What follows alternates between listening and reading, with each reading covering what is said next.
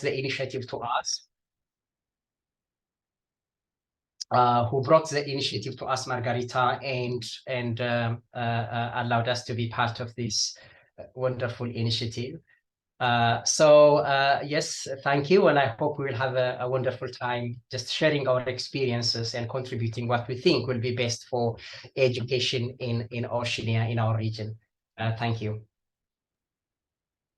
Thank you. Thanks, Jirga. I think you are very right. I can vouch for all of your words. My decolonial consciousness is part of the journey with CHRE, Center for Human Rights Education. So now I would like to invite Dr. Margarita to give a brief introduction and context behind the invitation.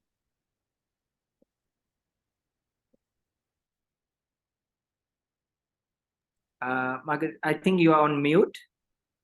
Yes, right. Thank you, Ahmed. I'm so glad to see you all here now after we have prepared this meeting. Because you know, we had a correspondence, and now we see each other face by face. And this is the last regional roundtable in the sequence of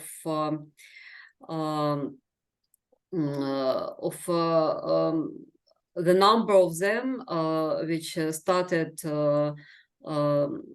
more than 1 year ago and included roundtables of Asia, Europe, Northern America, Russia,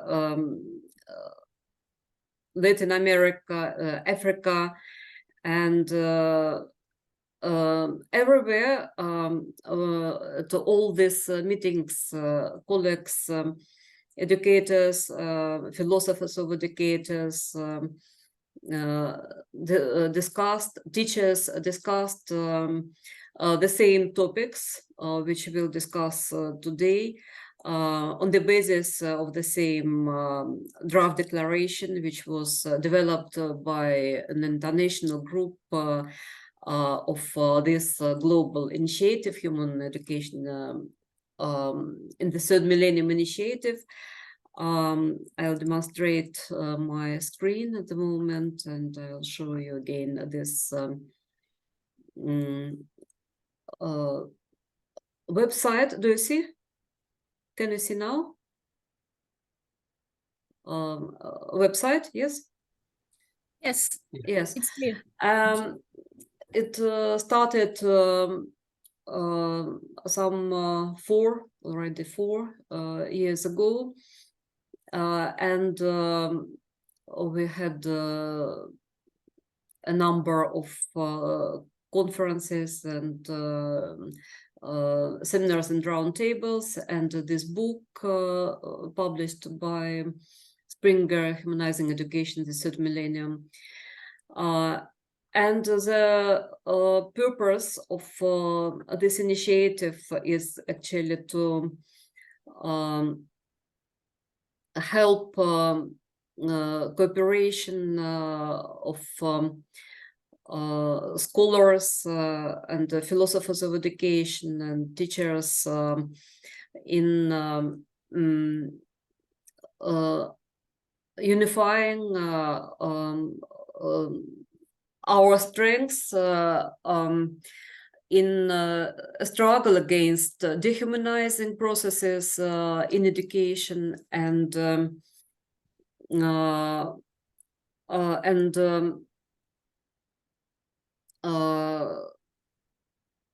preparing this collective document of the Declaration on Human Education in the Third Millennium. So welcome to this process, discussion. I hope it will be fruitful today, and it will bring a rich contribution to this global collective efforts to prepare such a collective document and later to present these ideas to the world of education. Thank you, Dr. Margarita. I think now we can move into the introduction of everyone. I think we can briefly introduce everyone, and maybe you can tell us your name, country, university, and sphere of interest, or some of the activities you have been doing. Maybe you can do it in a minute or two.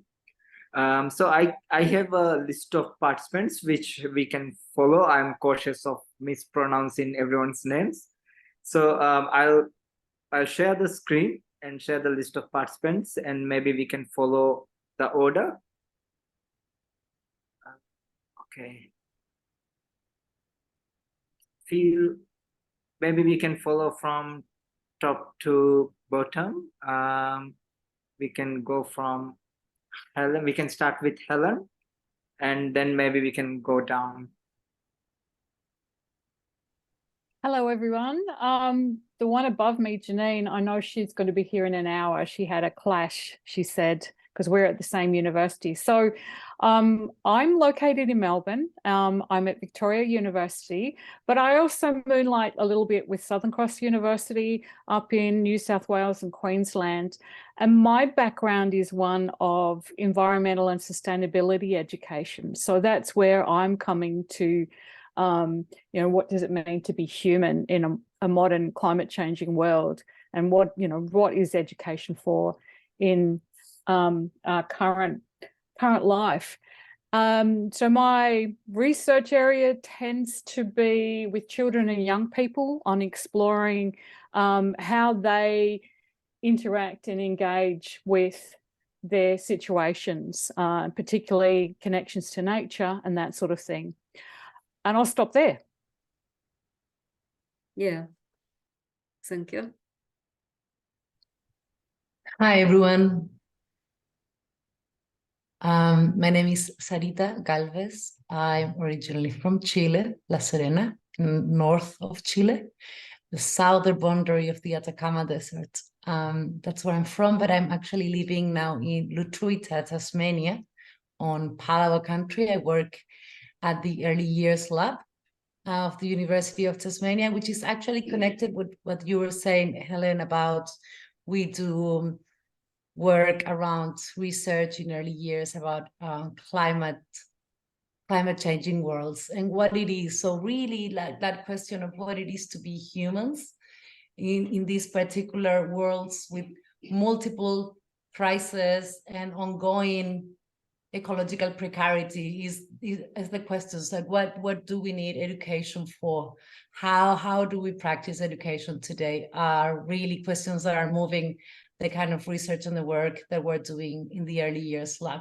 I'm very much looking forward to this discussion. Thank you. So Rahmet, can you hide this list so that we can see actually the screens? Yes, participants. Yeah. Thank you.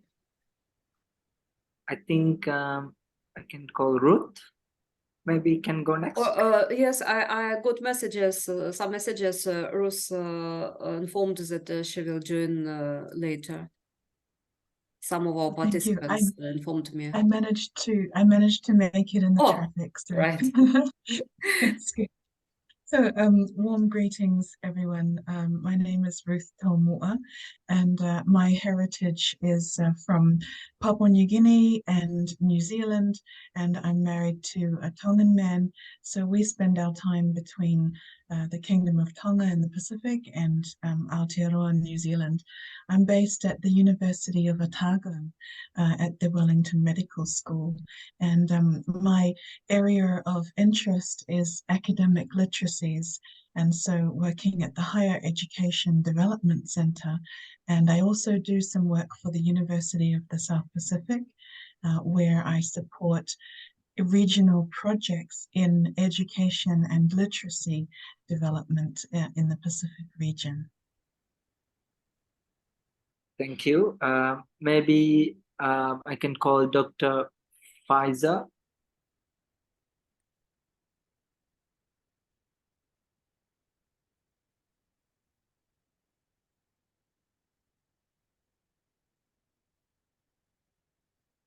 Hi, good afternoon, everyone. It's afternoon here in Malaysia. It could be morning over at your part of the world. I'm Faiza Abdul Majid. I'm from Faculty of Education, UITM, that stands for University Technology Mara, Malaysia. And what is so interesting about UITM is actually the biggest university in this country. It could also be the biggest in the region, as we have close to 200,000 students, easily 18,000 staff, where in between 18,000, we've got about 9,000 academics. And my area of interest is actually very much on teacher education and also professional development. My latest project is actually related to academic professionalism and academic integrity. So I look forward to understanding more about this research that you guys are conducting. And having gone through the draft that you shared a few days ago, I thought it's kind of very interesting, and I look forward to learning also from this session. Thank you so much. Thanks, Dr. Faiza. We have someone named Del. I think they forgot to change their name. Do you want to come and introduce yourself? That's correct. Ahmed, it's me. I haven't really changed this, well, put it down on this machine. So I kind of finally continue to appear there. Sorry about that. Anyway, my name is Linus. Can you hear me? Yes, we can. Please go ahead. Okay. All right. Yes. Yeah, my name is Linus or Linus. Yeah, Digem Marina. I'm the head of anthropology, sociology, archaeology at the University of Papua New Guinea. So I'm based in Port Moresby. Yeah, my background is in anthropology, largely, but more looking at the various groups and cultures in PNG, Papua New Guinea. So although I've been a lecturer here at the University of Papua New Guinea for over 2 decades, and the interaction I have with students is continuous, and the learning process is continuous, and I enjoy it. There are some challenging questions I come across on the question of education, whether we're delivering with the right tools or right approaches. So I'm really looking forward to this afternoon's discussion, and I think we'll certainly come to this kind of issues and questions. So thank you very much. Yeah. Thank you, Dr. Linus. I can help you change your name if that's okay. Is that all right? That's fine. Yeah, you can go ahead and say. Okay. And now I think we have Dr. Noraza Abdulaziz. All right. Hello, greetings, everyone. I'm Noor Azza. You can call me Nora, you can call me Azza. Azza seems to be a bit of a tongue twister for some. But I am from I'm from University Technology Mara, the same as Prof. Faiza. She was actually my lecturer before I became a lecturer myself. So I've learned a lot from her. My research interests, initially when I did my PhD, it was in Melbourne, and it was around educational policy and development of intercultural competence. However, now I'm back in the university. My area of research has focused a lot on educational management and leadership, and also the integration of technology in education. So I am very much also interested in teacher education, particularly in the current context that we're in. So I'm really looking forward to this discussion, because a lot of the things I read in the document that you've provided resonates with a lot of the things that are in my mind. I'm thinking about the current situation and the future teachers who's going to teach our next generation. So thank you very much for the invitation. Thank you, Dr. Noraza. Now I will invite Margareta Moa. Yes, thank you. My name is Margareta. I'm from the Fiji National University. I'm head of department. We have a small department, but we teach ethics and governance, which is a compulsory course at Fiji National University for a lot of our students. And I'm very interested in being part of this conference because quite often the ethics courses that we teach are mistaken for values education courses. When our course is really, it's emancipatory teaching philosophy aimed at cultivating ethical literacy and moral autonomy for students, but quite often it gets confused with values education. So I'm really looking forward to being a part of this meeting. Thank you. Thank you, Margareta. And may I invite Pauline Chin? Hello, everybody. Aloha from Hawaii. It's just sunset here. I come from the University of Hawaii at Manoa, and the programs that we are focusing on have to do with this kind of like decolonizing. We have had a history of approximately 200 years of colonization. But we're also very, very focused, at least in my program, which is a sustainability-oriented program, on climate change, ocean acidification, and the various issues that come along with that. So it's teacher education, where the programs that I run are funded by the National Science Foundation, and they're oriented to teacher agency, the writing and the teaching of place-based programs. So thank you. It's an honor to be part of your group. Thank you, Pauline. May I invite No Farida? Please correct if I say any of your name wrong. Please correct me. Hi, everyone. Good afternoon from Malaysia. I'm from the National University of Malaysia. In short, it's UKM. Okay, thank you for the invitation.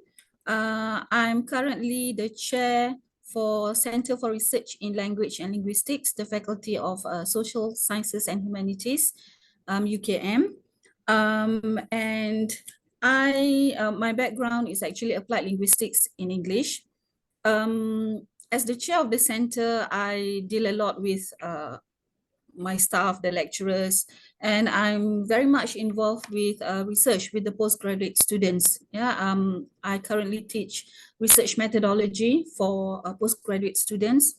And what's important is I find that ethics in research is something that I emphasize on the students. Yeah, and the kind of research that they do, to me, should also reflect, should contribute, I would say, should contribute, give back to the community. So this is something which I always emphasize on the postgraduate students. I'm currently doing research on climate change, looking at issues, sustainability, opinions, public opinion about climate change.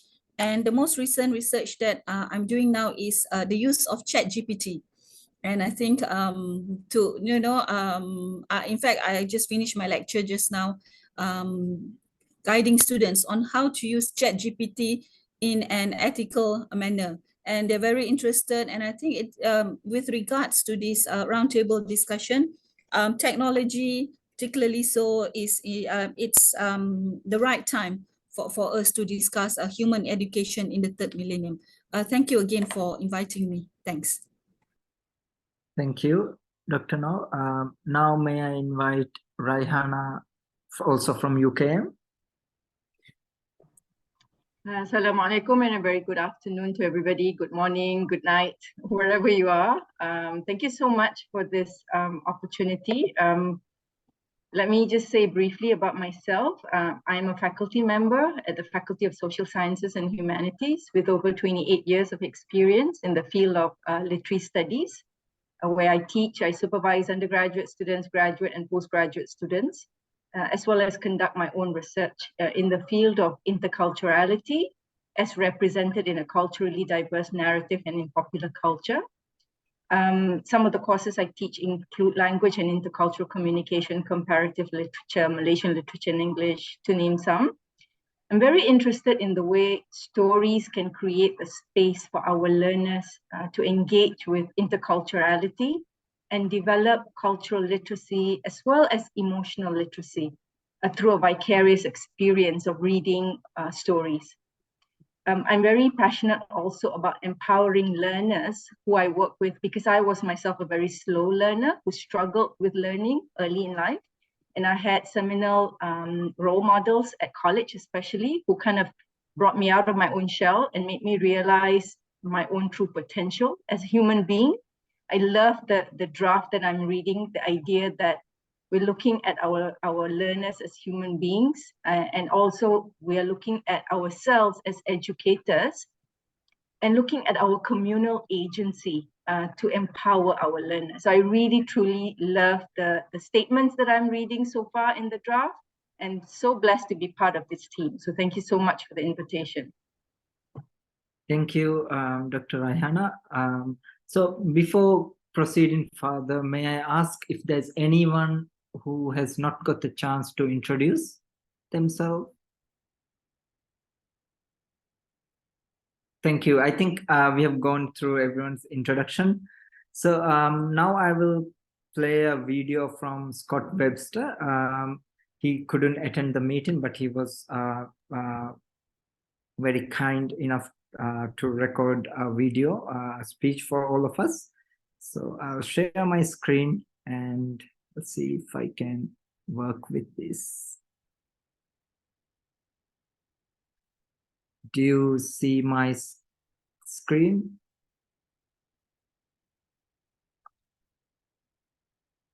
Yeah, I think.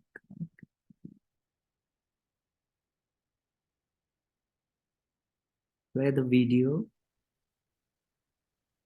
A very good afternoon, everybody. I trust that this finds you all well in Perth and that the conference is going well. My name is Scott Webster, and unfortunately I'm unable to attend the conference due to my other commitments over here in Melbourne at the moment. But Margarita has kindly invited me to put a short 7-minute video together as a contribution to your conference, and hopefully to provoke some ideas and conversations. I was originally involved in the first roundtable conversation that we had over in India, and what I want to share with you is one of the themes that we were working with, and adding to it some of the work that I've been doing since. And in order to do so, I'll just share some slides that I put together, and I can make these available, of course. But the topic I thought I'd address is this notion of being educated, as very similar to being democratic or being scientific as well, which I'll explain in a little bit later. But just to go back to the beginnings of this group that Margarita has helped put together, the notion of making education much more of a human endeavor. It's very much of great interest to philosophers, of course, you know, asking the why questions of why education, what makes it important, what does it mean to be human, in particular, what does it mean to be an educated human, sometimes referred to as ontology. And of course, this draws on different modes of existence. The two most common referring to is the mode of having, where students can acquire knowledge and skills of what things that they have, or that they become a certain kind of being, especially in terms of their attitudes, interests, convictions, etc. So looking on the notion of what does it mean to be educated, and how does education enhance this? In our conference in India, we talked about a variety of dehumanizing influences. These were primarily understood to be the neoliberal commercial influence, becoming technicist and also authoritarian, of which we were developing nature of compliance towards. One of the key reports, of course, that's referred to a lot by Noam Chomsky is the Trilateral Commission, which flags this neoliberal influence. This report, 1975, called A Crisis of Democracy, basically complained from the corporate sector that there was too much democracy, and as a result, it was hindering the free flow of capital.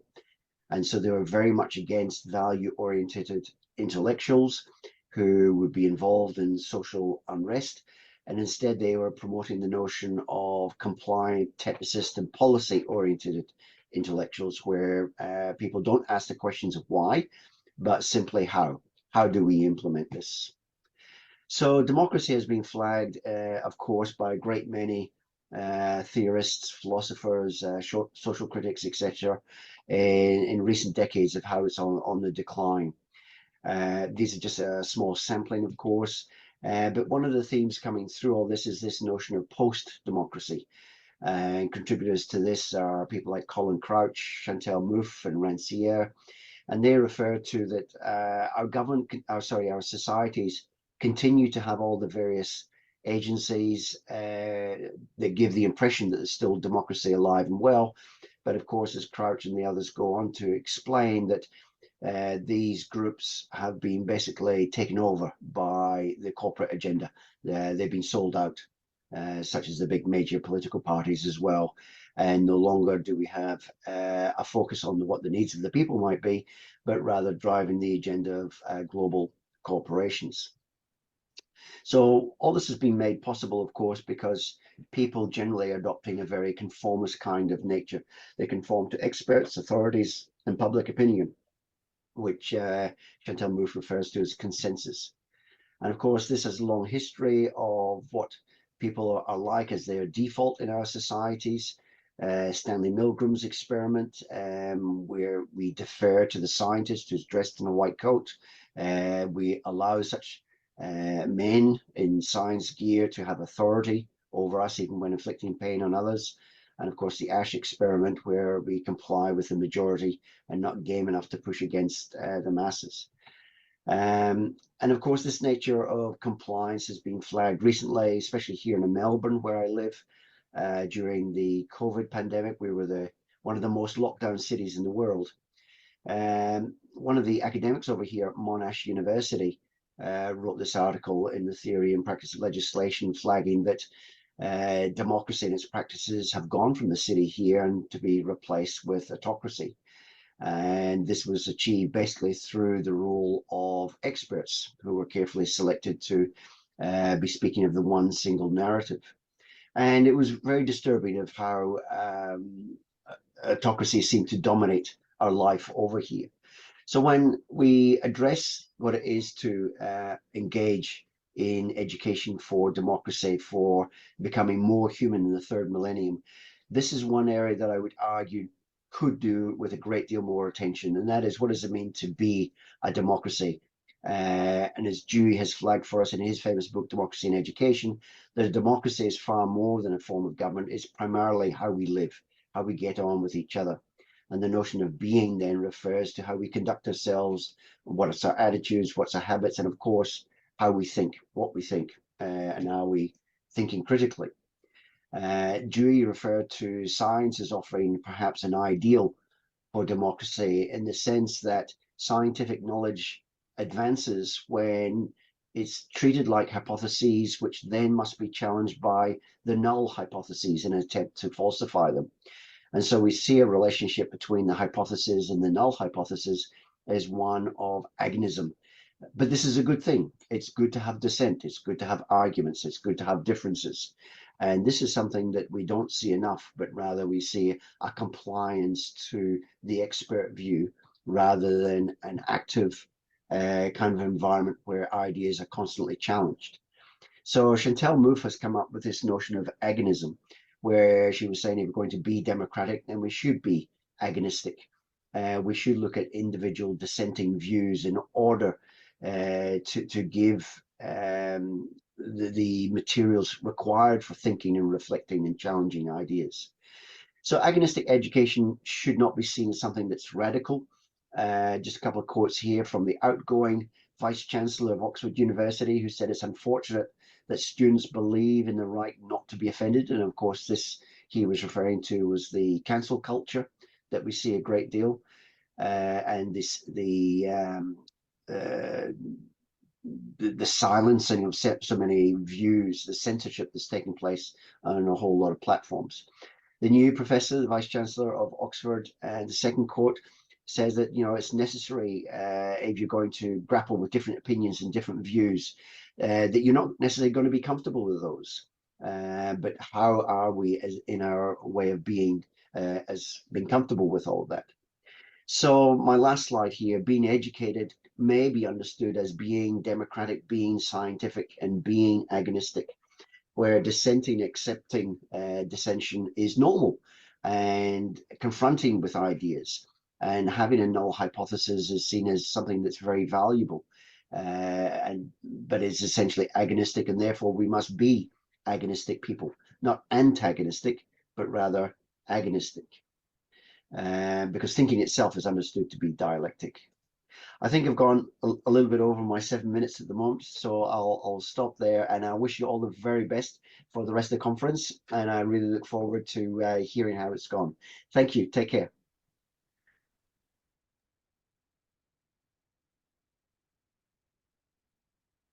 I can join a few words about Scott now, because Scott Webster and Bob Lingard from Australia, as representatives of Oceania region, were participants of our global initiative from the very beginning.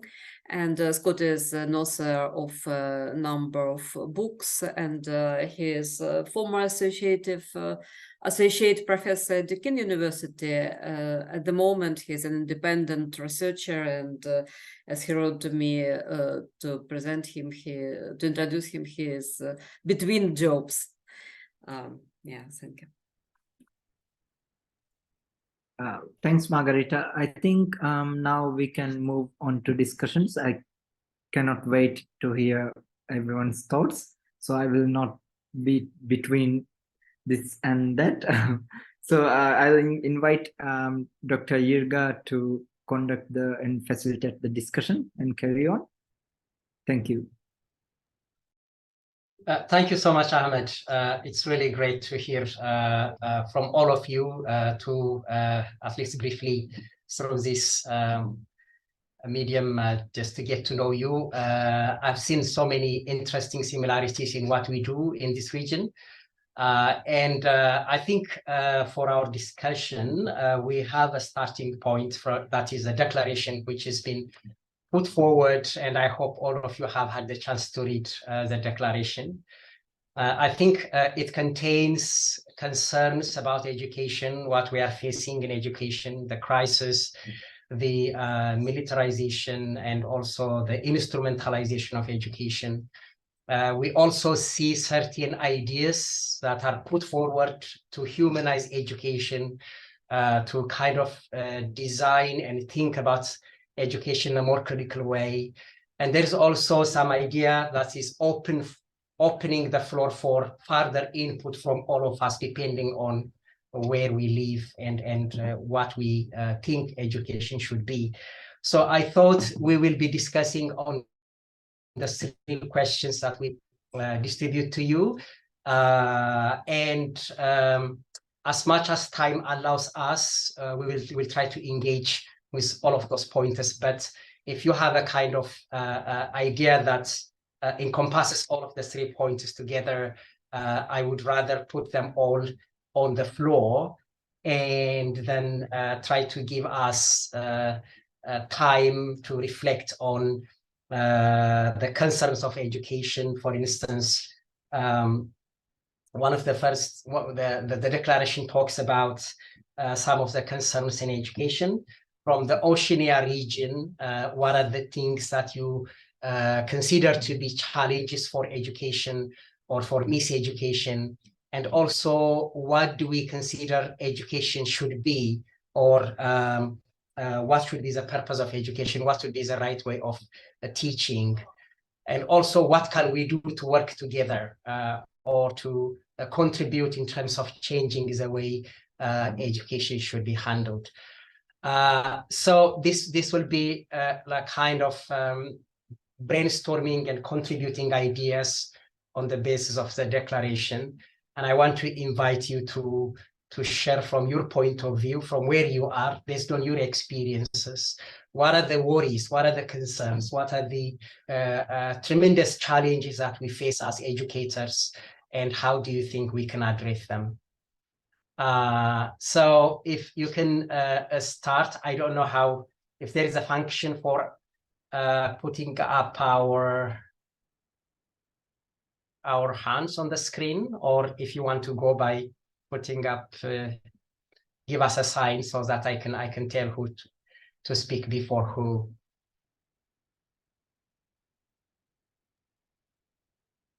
I'm just simply inviting us based on, I don't think we need to go into the declaration to discuss it, but on the base of the declaration, I believe we all have concerns about education.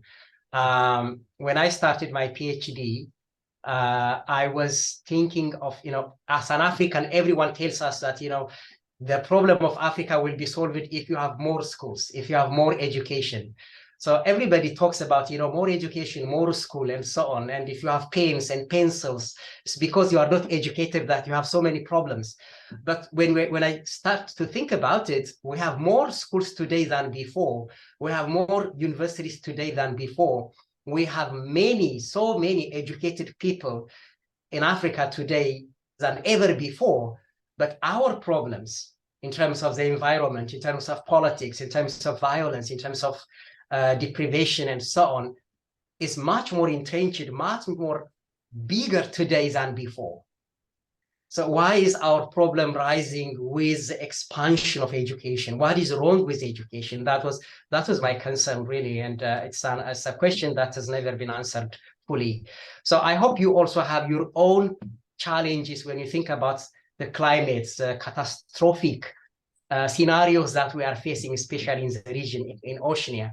But at the same time, most of our colleagues and governments are not really engaged with the existential traits that we face. So in education, what are the things that you think are concerning, and how should education be different in order for it to be a human-centered or a human education? So I want to just let anyone to go for it. Maybe Sarita, do you want to say something? should we remind the text to everybody? If you want, I can demonstrate the first page of this draft declaration, because the question is, how much do you agree that the range of concerns identified in the draft is relevant to the Oceania region and your own vision of the situation in education in the world? And so, if you want, we can look at draft of declaration. How is it? Do you see it? Yes, we can. Also, there is, if you want to raise your hand, there's a reaction button at the bottom. You can click and raise hand if you would like. Then, Irga, if I may start. Yes, please. Irga? All right, Faiza here from Malaysia. Okay, I think it's best, I might have missed this information earlier from the presentation during the introduction presentation. Maybe if it could be of help if we could understand that this declaration is meant for which audience, why was this research conducted in the first place, what was the motivation behind it, and who are we targeting this declaration? I mean, are we going as far as UNESCO, for example, or are we going at just institutional level? In particular, Curtin University, or could it also be, of use, with the consumption of everyone else who was involved here in this discussion? And maybe from there, it's easier for us to maneuver our discussion, if you don't mind, Irga. Yeah, sure. Thank you very much for the question.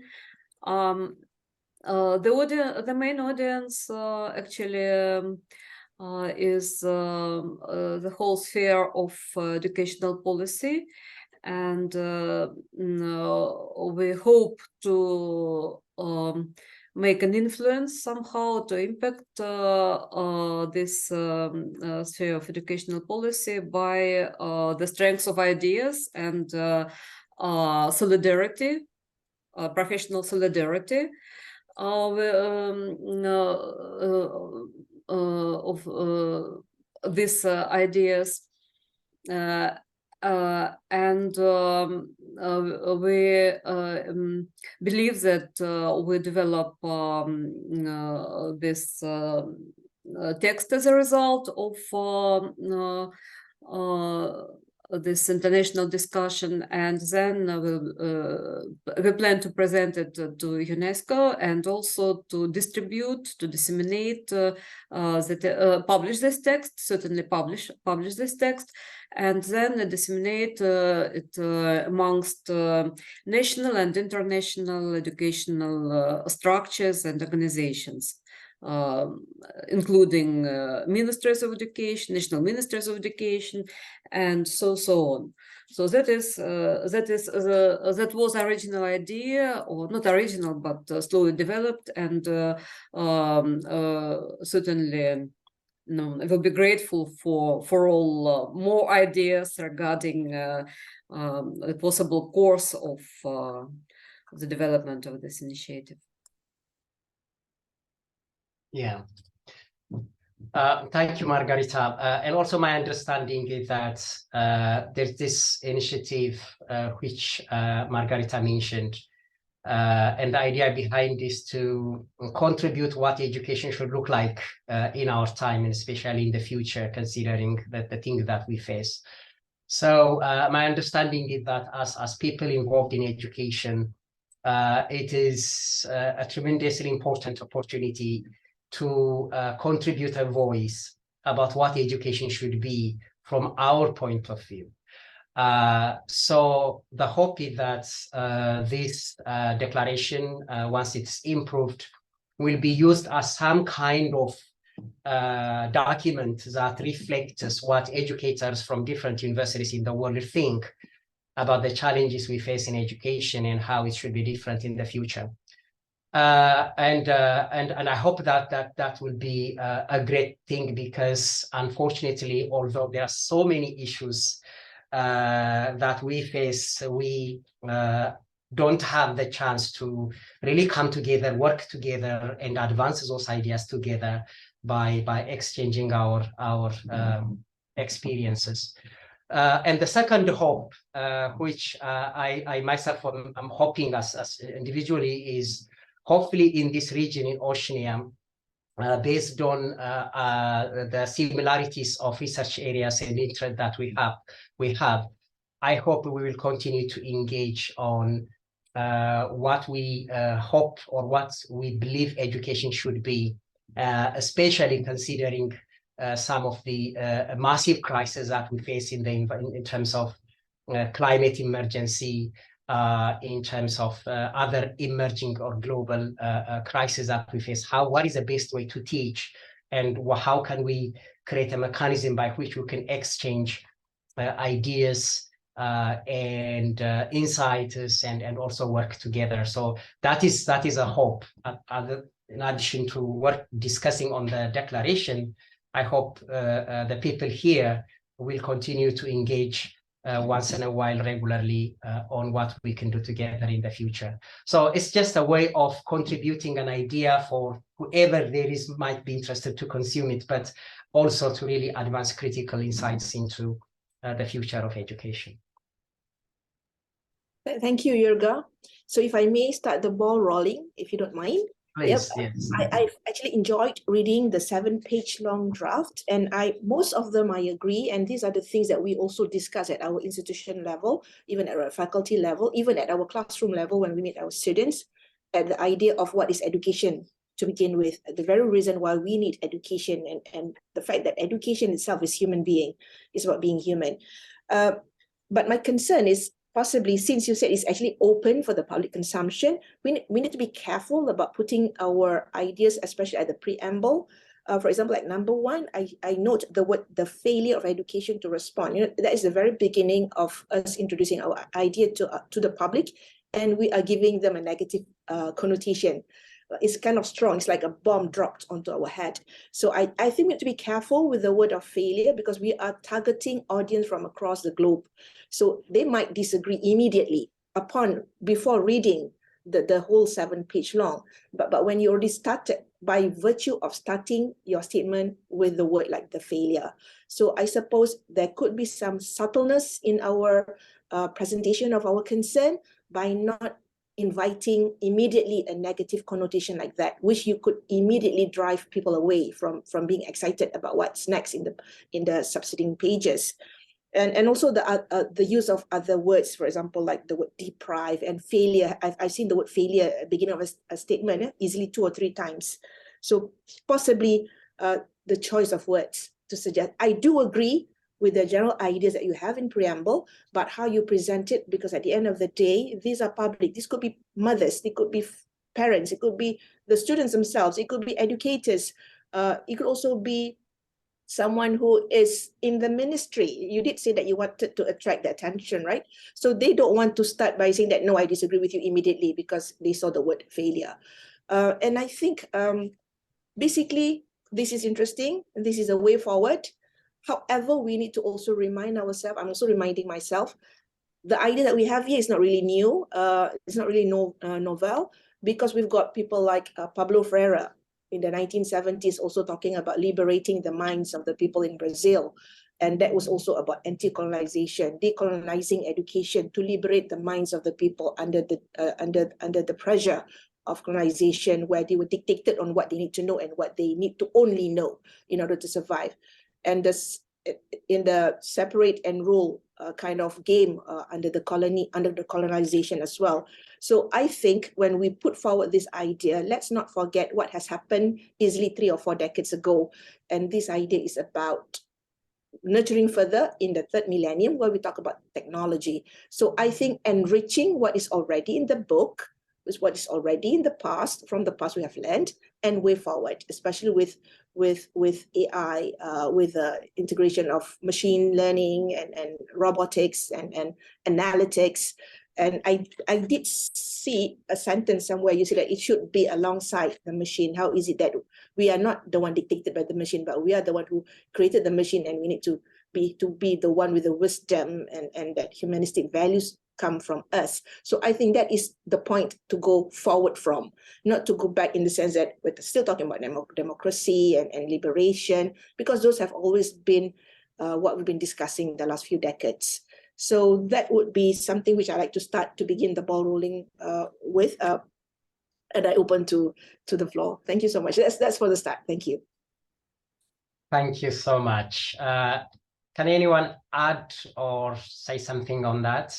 Who want to go next?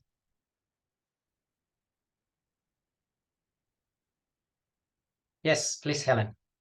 Hello, I just wanted to support what you've said. I think, you know, this has to be quite strategic, and as academics, we tend to get a bit wordy, don't we? And so it's you know, I think we need to think about that, and if you put it beautifully. Right. Yeah.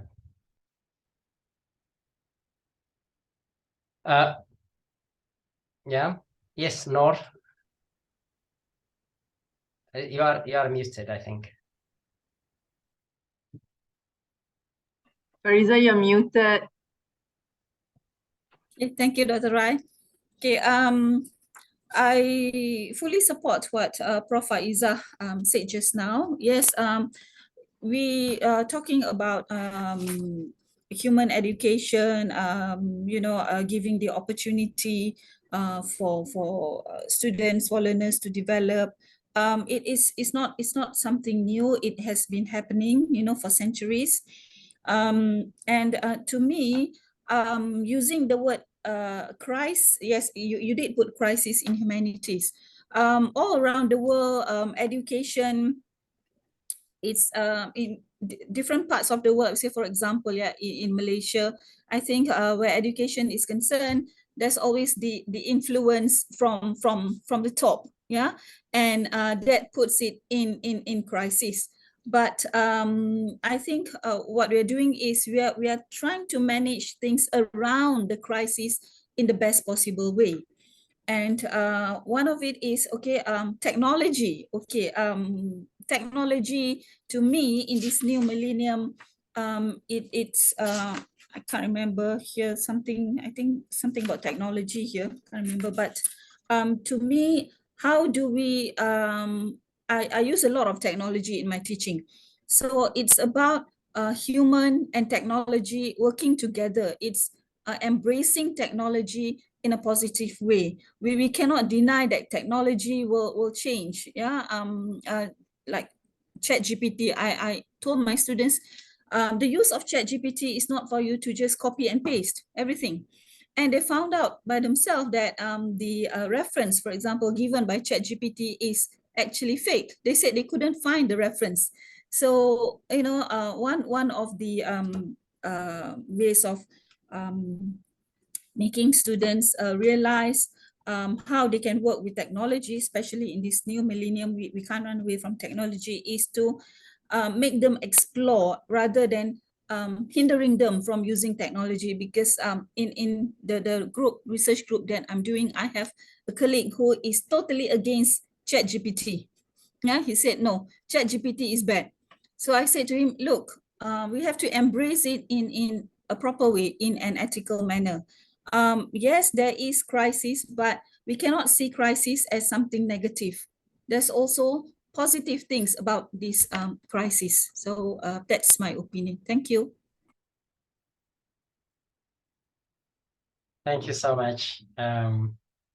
Does anybody would like to add? I think we're having interesting thoughts. Feel free to share what you feel or what you think about the declaration and your comments.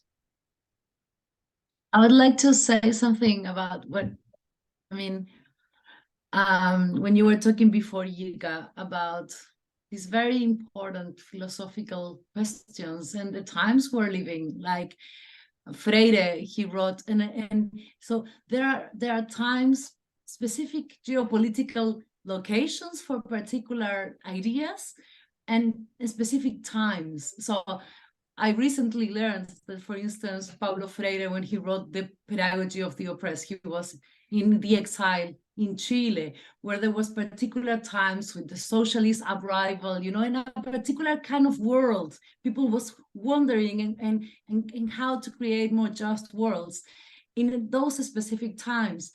And then now we're in times that we have multiple, and we cannot avoid, I think, the time of crisis that we're living, because even though there have been particular challenging times before, the times that we're living now, it's like, I mean, I was just in Chile last year, moving after COVID, bushfires in Australia, massive. I mean, probably you all felt it.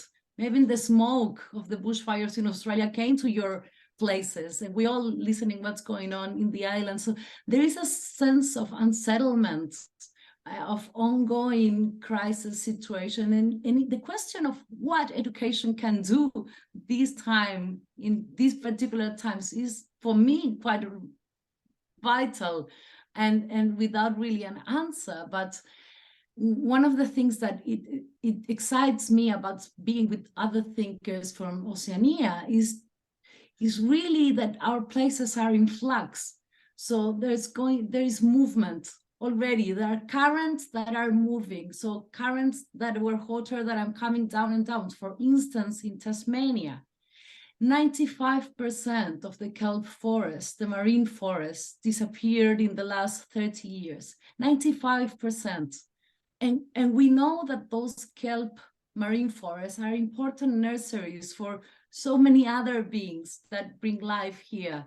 And then there's this notion of introduced species. So in education, you know, oh, the introduced species. So let's go and let's kill the sea urchins, you know, because they are killing the kelp again. But that poses lots of ethical questions as well, because they didn't came here because they just wanted to come here. Conditions are changing, so things are on the move. And not only sea urchins and jellyfish, but also humans, we are on the move. Some humans have the privilege of papers and can cross borders easily. Some others not. Some will be welcome and can continue practice culture wherever they arrive, some others not. And so I think when we think about the education for the third millennia, like there are massive questions on ethics and relationality. What kind of humans? So humans by themselves, or human along ecosystems? And that's one of the things that I was missing from that paper. We now know that human communities cannot survive if not within healthy ecosystems. And what do healthy ecosystems mean? We need to think about it, but we need to cultivate spaces for more than human life. And that our ancient people knew. but in a way that education that you're talking about, Jirga, that has populated, and grow around the world, is one that is based on a massive separation between what is human and non-human, with the privilege on the exceptionalism of humans above all. And I don't know, I think those mindsets, those colonial mindsets, about separation, binaries, Western binaries, are very damaging, and they are creating particular worlds. So I don't want to go everywhere, but I just want to put that on the question, especially questions of biodiversity, human communities, and more than human communities. What does it mean to be human? Yeah, just on the table, and places in flux, because I think that's a massive challenge for us in education. Everything is on the move. I think those are very powerful insights based on also where we are situated in the world. And part of, I think, this conversation is to contribute what we think should be part of a global conversation about education. So I think those are very important insights. Anyone else who want to add? Hi, you guys. Hi. Okay. I can say something. Yes. Then we'll move to Linus. Yeah. So when I was listening in and reading the draft, as well as the question that was asked to us just now, which is, what are your challenges as an educator? What are your challenges? So, as I said, I teach literature, and I teach literature specifically minority fictions, that kind of cultural diversity. One of the challenges that I find is that to allow, how do I create the space for my learners to empathize with communities that are foreign from theirs, that they are not aware of, they are not familiar with, especially students who come from privilege, quote unquote privileged background.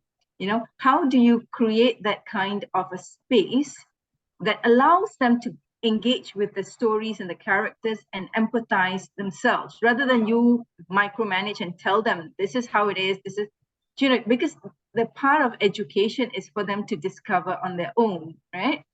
That's my first challenge. And the second challenge is, this is a book that I'm currently reading, Dopamine Nation, not sure whether anyone's familiar, by the Stanford psychiatrist and researcher, Anna Lemke.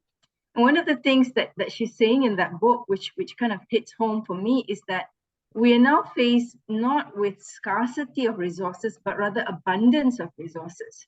Our learners are over inundated with resources to the extent that they don't know how to sift the truth from the cancel culture or false culture, whatever, So that's the other thing that I'm challenged with. So when I enter the classroom, obviously they're young adults, they have been exposed to the world, and their worldview is also colored by the kind of things that they've gone through.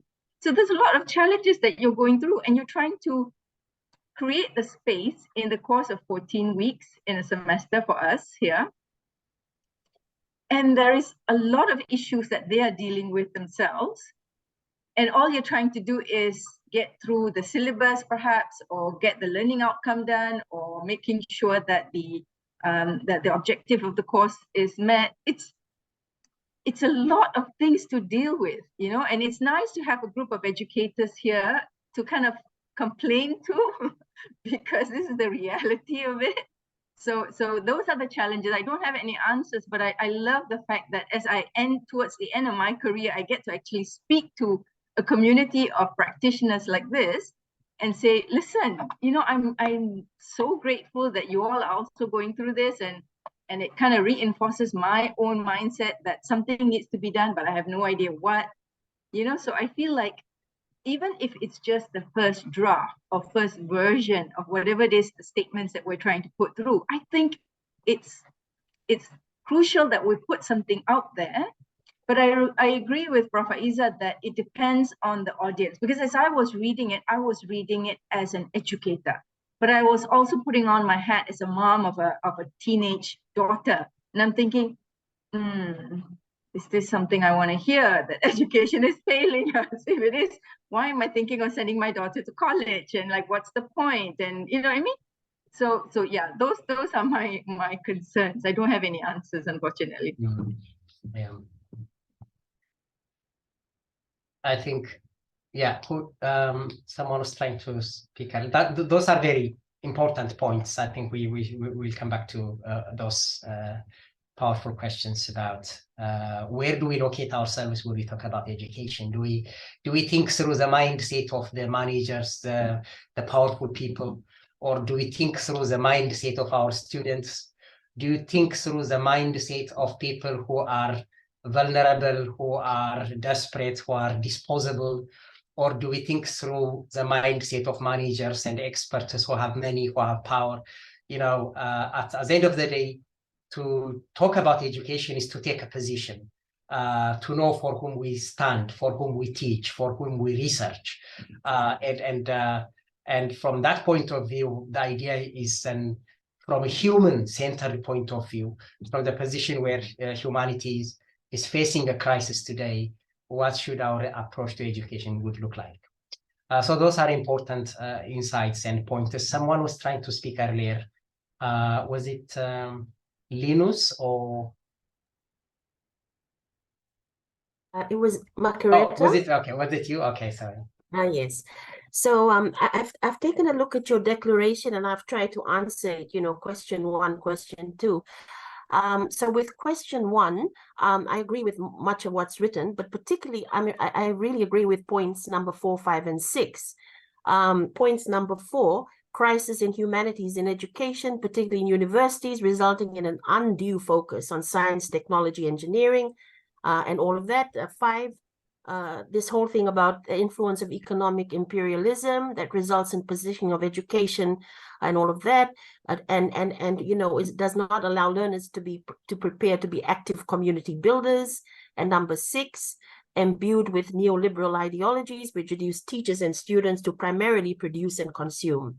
I definitely agree with all of that. And to be honest, you know, looking through your draft, I think what is missing there is, I think that education should really be holistic.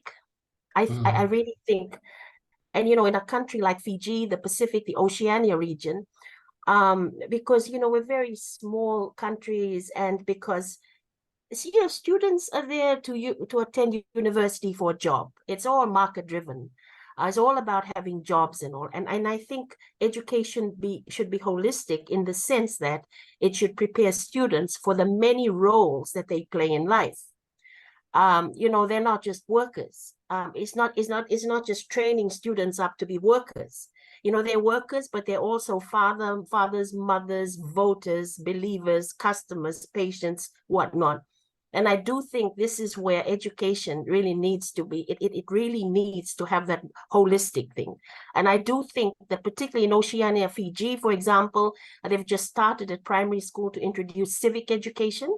I think education, I mean, the whole thing about education is, you know, we're looking at good citizenship. We're looking at nation building. And I think that is what is amiss in education. It's just too commercially driven. It doesn't allow for these things, which is really, really important. So I think civic education is really important and all that.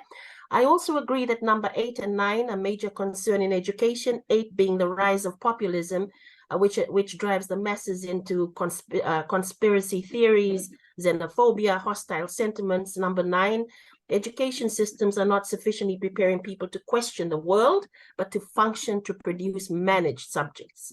I mean, I totally agree with that. And my answer to that is that educational courses are needed to help develop students' moral autonomy, not only in terms of individual responsibility and accountability, but to help them develop into independent and critical thinkers. And I'm pretty sure that in first world countries, that's a given, you know, like, oh, what is she talking about? Critical thinkers. But as you know, here in the Pacific, you know, and from my Fijian experience, there's still a lot of rote learning. You know, students come through primary, secondary school and just know how to do a lot of memorizing and rote learning. And to me, these are really important points and all. moral autonomy, individual, but to help them develop to be independent and critical thinkers, because that is how, you would challenge things like all these conspiracy theories and all of that, especially what we watch on social media, and having come through COVID-19 and all. And with, is it okay if I speak now yes, rather than speak 5 times in this thing? So under question 2, what do you see as the most important from your point of view and all of that? So I've just put here, what have I got here? Number 8, no, I have explained that. I think for the third question, I think the only thing I wanted to add there is, oh yes, I only have a general point to make for that third one. Well, I've put here, regarding concerns number 3 and 8, education systems often do not declare clear value positions that oppose hatred of others, violence, chauvinism, and wars, and sometimes even promote them. And number 8, the failure to address fundamental human values, with education predominantly being grounded in instrumental purposes. I just have a general point to make. I think that for learners in the Oceania region, I think it's really, really important to know the place of culture and religion. Culture and religion are the things that are very influential in shaping students, their identity, the way they think, their outlook in life. This is where they draw their moral values from and all of that. And I just don't think there are enough studies or even data on how culture and religion shape learners' ethical reasoning or their outlook in life. I think it was just a general point that I wanted to say. Thank you. Thank you so much. That was very powerful and very important inputs. Very, very good. We have also a contribution online from Norazar, which says, I think something that needs to be added is empathy and designing education and teaching and learning experience for both educators and students. I think this is also very important in terms of thinking about values and what is the location of values in our lives. Is it an individual or is it within the community? Those are important philosophical and as well as practical questions.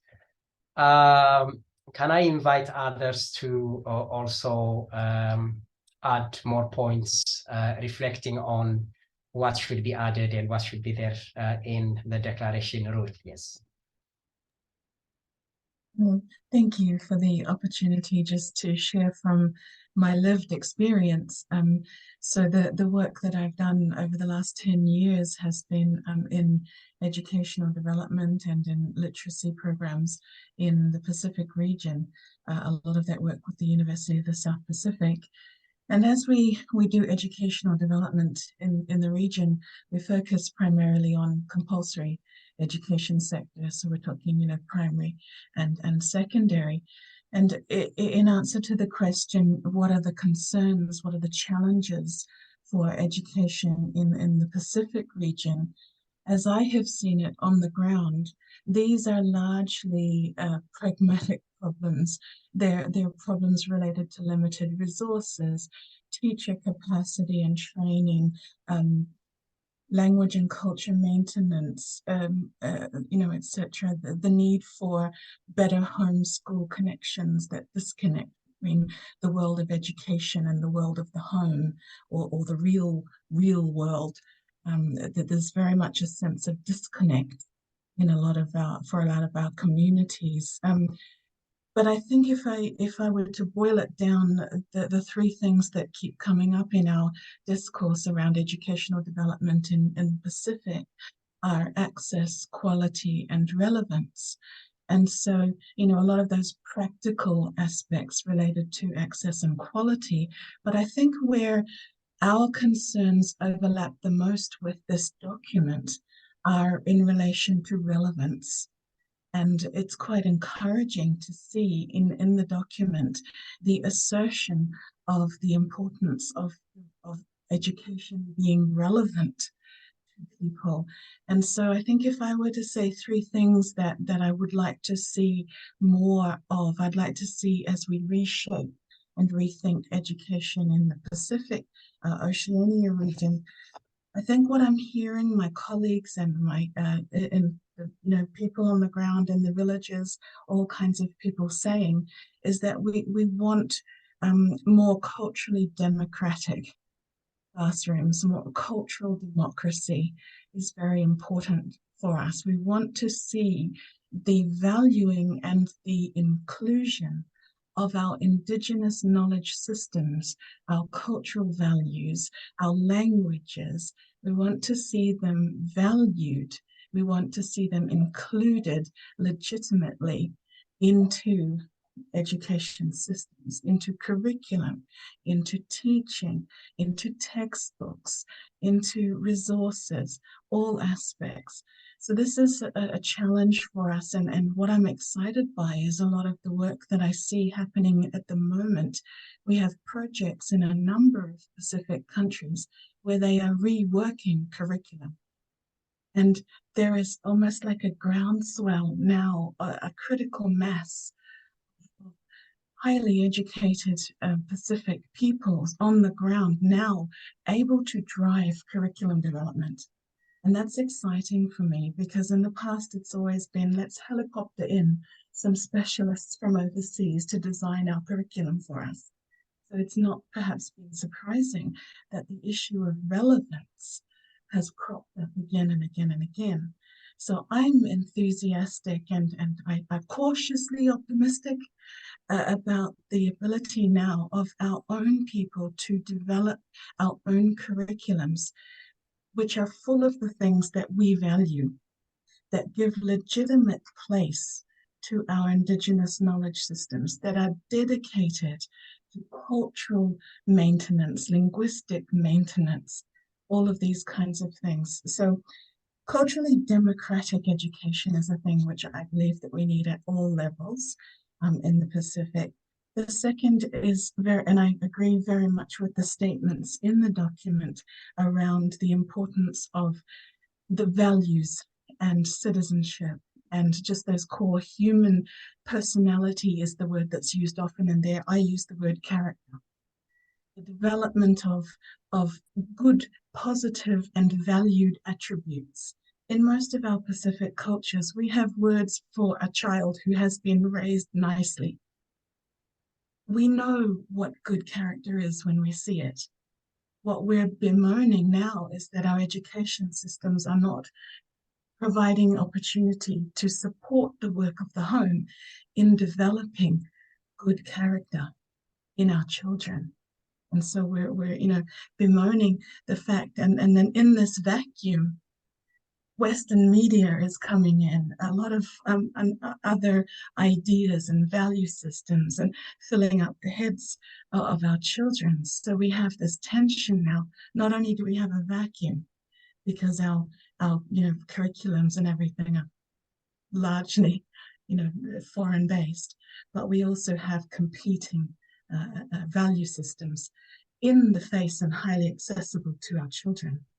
So I think values, citizenship, ethics, that kind of thing, development of the whole person, highly important. And Makareta and others have mentioned the importance of holism. If you look at holistic development from a Pacific perspective, we have models, we use them in the health system, we use them in the education system. We're beginning to have widespread acceptance now, finally, after maybe 20 years of asserting these models of Pacific worldviews, of holism, the need for the development of the whole person, the mental and the emotional, the social, the physical, and the spiritual. And I liked what's been said before, the place of spirituality and religion in the education process. And I'm glad that it's been highlighted. And the last, I think, that I really agreed with this document was the idea of collective responsibility, particularly in relation to the environment, in relation to our earth. So I like the fact, and I think that in our small island states, we, if anybody is experiencing the impact of, generations who have not developed that sense of collective responsibility for our Earth, we are experiencing it in the Pacific in undue proportions. We are experiencing it. We contribute the least, but we experience the most. So I think you touch the heart of any island-dwelling person when you say our education systems need to be helping to instill and foster that love for creation, that respect for creation. And we have millennia-old cultures that have lived sustainably in our places, in our islands. I think it's time for us, and this is part of bringing in those Indigenous knowledge systems, giving them valued and respected places within and alongside science, technology, and other knowledge systems. So I think that, and the last thing is, along with the collective responsibility, it is relational ethics. So because our cultures are highly relationality comes with its own set of ethical principles and behaviors. So these for us are vital for our next generations to receive and to decide, how much a part of my being is this? Because these relational ethics are what held our societies together, made them strong and resilient and vibrant over, thousands of years in our quite challenging environments in the Pacific. But that's what held us together. And I think there's a lot in there that can carry us forward. So those are just my thoughts around my lived experience. Thank you. I think that's very, very inspiring and insightful. It reminded me of in human rights, we consider the right to education as a very important human right, but we don't question whose education is a human right. Often the right to education is a right to Western education. It is a right to study in Western languages. It is a right to produce graduates that would serve capitalists, millionaires, not their own society. It is not graduating people who can work with their communities, who can respond to suffering.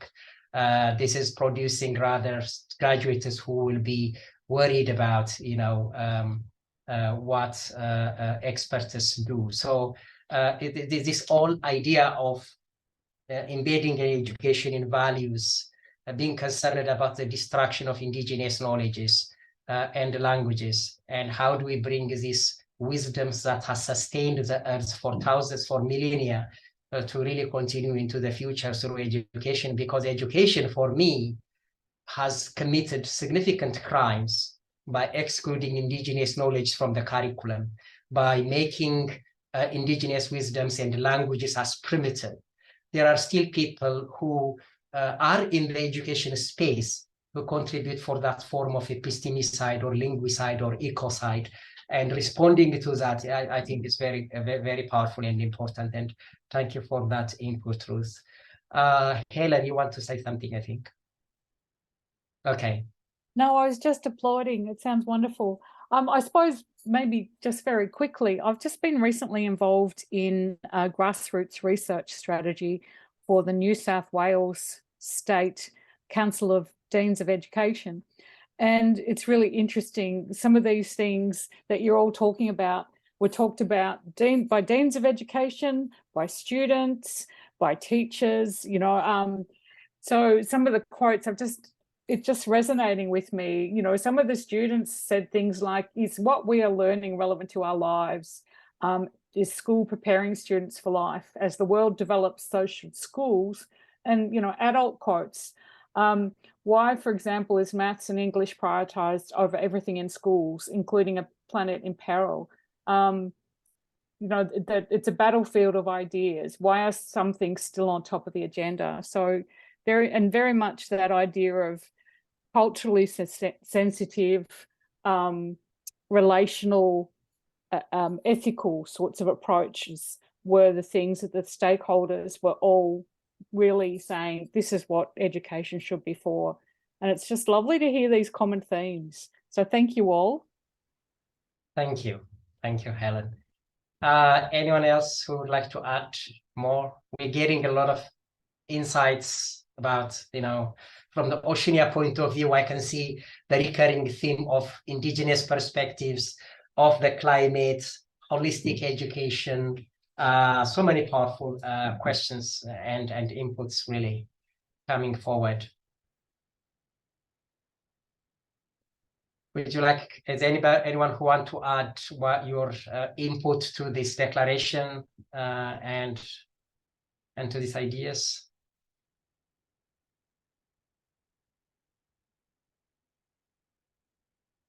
Ahmed, you want to say something?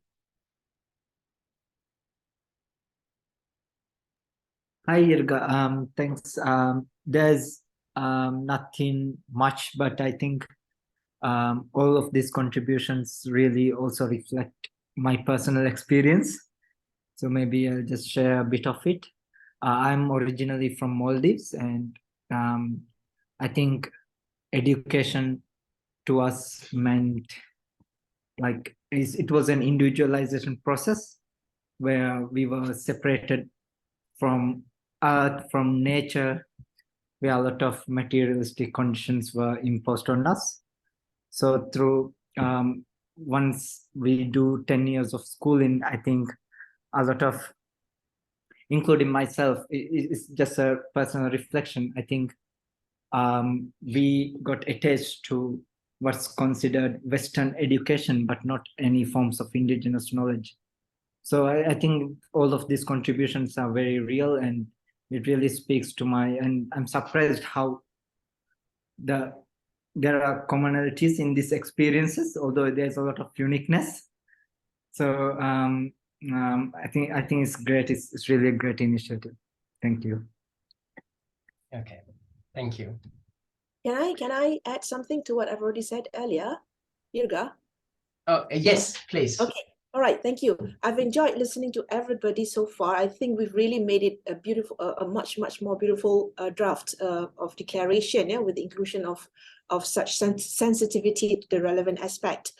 If I may add a little bit more in relation to the society as stakeholders, as the most serious stakeholder in education and in educating. Here we talk about human education, and earlier on we did see the word humanizing education.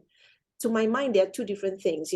Humanizing education is what the education already is, and adding on elements of making that education humanized. But when we talk about human education, it's totally something new, something bold, something really transformative about this initiative that can open up to potential newness in ideas that we could present in the declaration. So if we could, we're talking about having society in education. It's not just about making the students aware about the community they are in and the needs of the community which they could be participating in, but it's also about having the society in the school, having the society part and parcel of educating the students. So in this instance, we're talking about schooling the society or socializing the education, socializing the school. We're talking about that partnership, that strategic partnership between the community and school, where students would be the agent of change, and could also the society could be the agent of knowledge. So I suppose that is something that we could also add on to what is already there and the new suggestions given. Thank you. Thank you. I think that's a very important point. It's very important input, because often we see the society as outside, we engaging with kind of a sample group of students to go out and fix the society. But instead, I think it's important to consider the society as a source of knowledge and education, and the ways in which education can go beyond the classroom. We have had some classes where we would go to indigenous spaces and create an opportunity by which elders in the community can educate us about life, about what they know about the environment and what they believe and know about the world. And that type of considering the society as educator, as a source of knowledge, and ourselves as students, as participants in that process. I think that's very important. Do we have people who joined us just recently? Nikki, would you like to introduce yourself? And Hazri as well, were you there? I think Hazri also joined us recently. So Nikki, sorry, you tell us who you are. Yes? Sorry, I little bit late. Okay, no problem. I will ask Nikki to introduce, and then I will come to you, Hazri. Yeah. Okay, thanks. Good afternoon. I apologize. I made a mistake with my schedule and had another meeting. I'm Nikki. I am from Ateneo de Manila University in the Philippines. I'm from the School of Humanities, and I teach nonviolence with the Department of Interdisciplinary Studies. When I read the points in the manifesto, of course, I agreed with a lot of things that I saw there. But there's also one thing I wanted to add, which I felt was that the methods that are used in education are very terrorizing to a lot of students. So it is not just the content and the message of education that I wish to critique, but it's also the modality and also the importance given to certain kinds of knowledge, the ability to succeed at exams, the ability to meet certain standards, at the exclusion of other kinds of intelligence that people have. I've seen so many students break down because of so much pressure. And these are not just students who cannot keep up, but those who are at the top and are so stressed. So I think that we have dehumanized our own students in the manner by which we measure their achievement. So thank you for inviting me here. I try my best in my classrooms to have a nonviolent mode, the means of teaching as well as its content. It matters to me that they are nonviolent. So thank you for giving me space. Thank you. Thank you so much. I think it's a very good reminder to always remember about how things that's been done in the name of education, when they are imposed over other people's experience and knowledges, when they marginalize their experiences, they tend to be dehumanizing them. That's been happening on indigenous populations, on poor people, on women, patriarchal ways of thinking and valuing. All of these things have part of the violence that are embedded in education, and that's very important input as well. Hazri, would you like to join us now and tell us who you are and your input, please?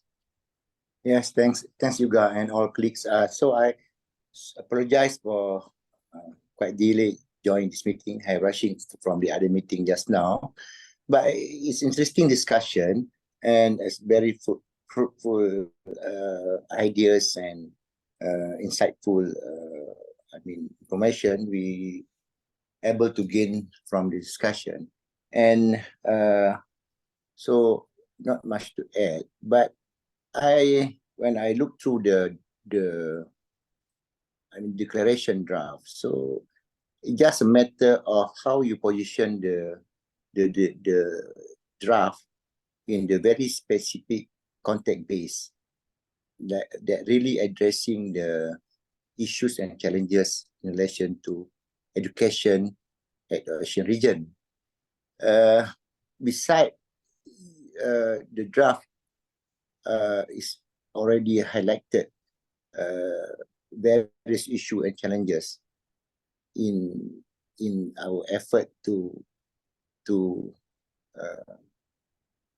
highlight the perspective about humanizing the education and considering the right to education among the children in the Ocean region rely on the very universal notion of education. I think maybe it's good to have a more specific context, ideas about education, at this that addressing issues, indigenous ideas, and all problems related to right of the children at Ocean region to access to the quality education as well. So same like others, various experience in other countries, like come out with new ideas on education, Nere in Tanzania, and also Ferry, what have been discussed just now, right? Education for self-reliance, and mutually right on education and so on. But the draft also need to highlight as well the context-based specific notion about education that address all the matters related to indigenous perspective about the education as well. Besides, we have all touched many things and issues and ideas about education at universal concept. So I think that's something that maybe you can consider to add in the draft. So thanks for the opportunity given to me, and I enjoy to get all these share ideas and insightful discussion from colleagues. Thanks, Ina.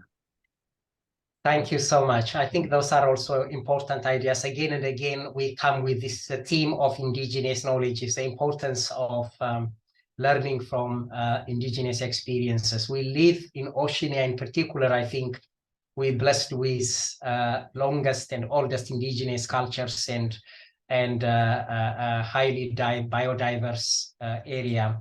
But again, we are always reminded how we don't know much about so many things that are happening around us. Sarita was earlier talking about 95% of marine forests disappearing, and this is not told to us. This is not part of our education. We don't know how much we are losing by not incorporating indigenous wisdoms, experiences, by perpetuating racism, and also not achieving reconciliation in places like Australia, for instance.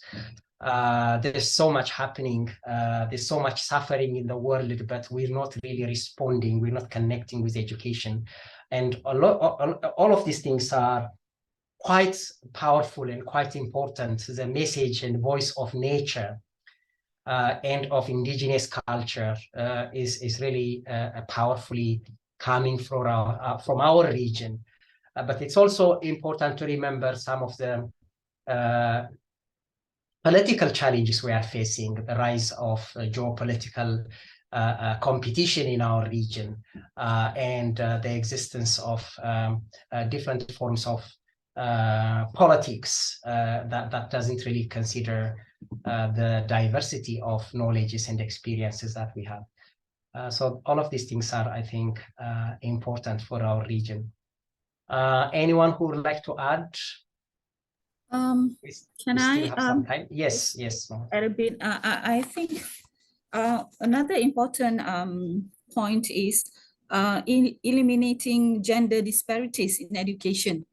Yeah, that's very important, because that's one of the SDG, one of the Sustainable Development Goals, gender equality. So I think we should very much consider eliminating gender disparities so that we can move towards achieving gender equality in education. Both gender have equal access to at least basic education.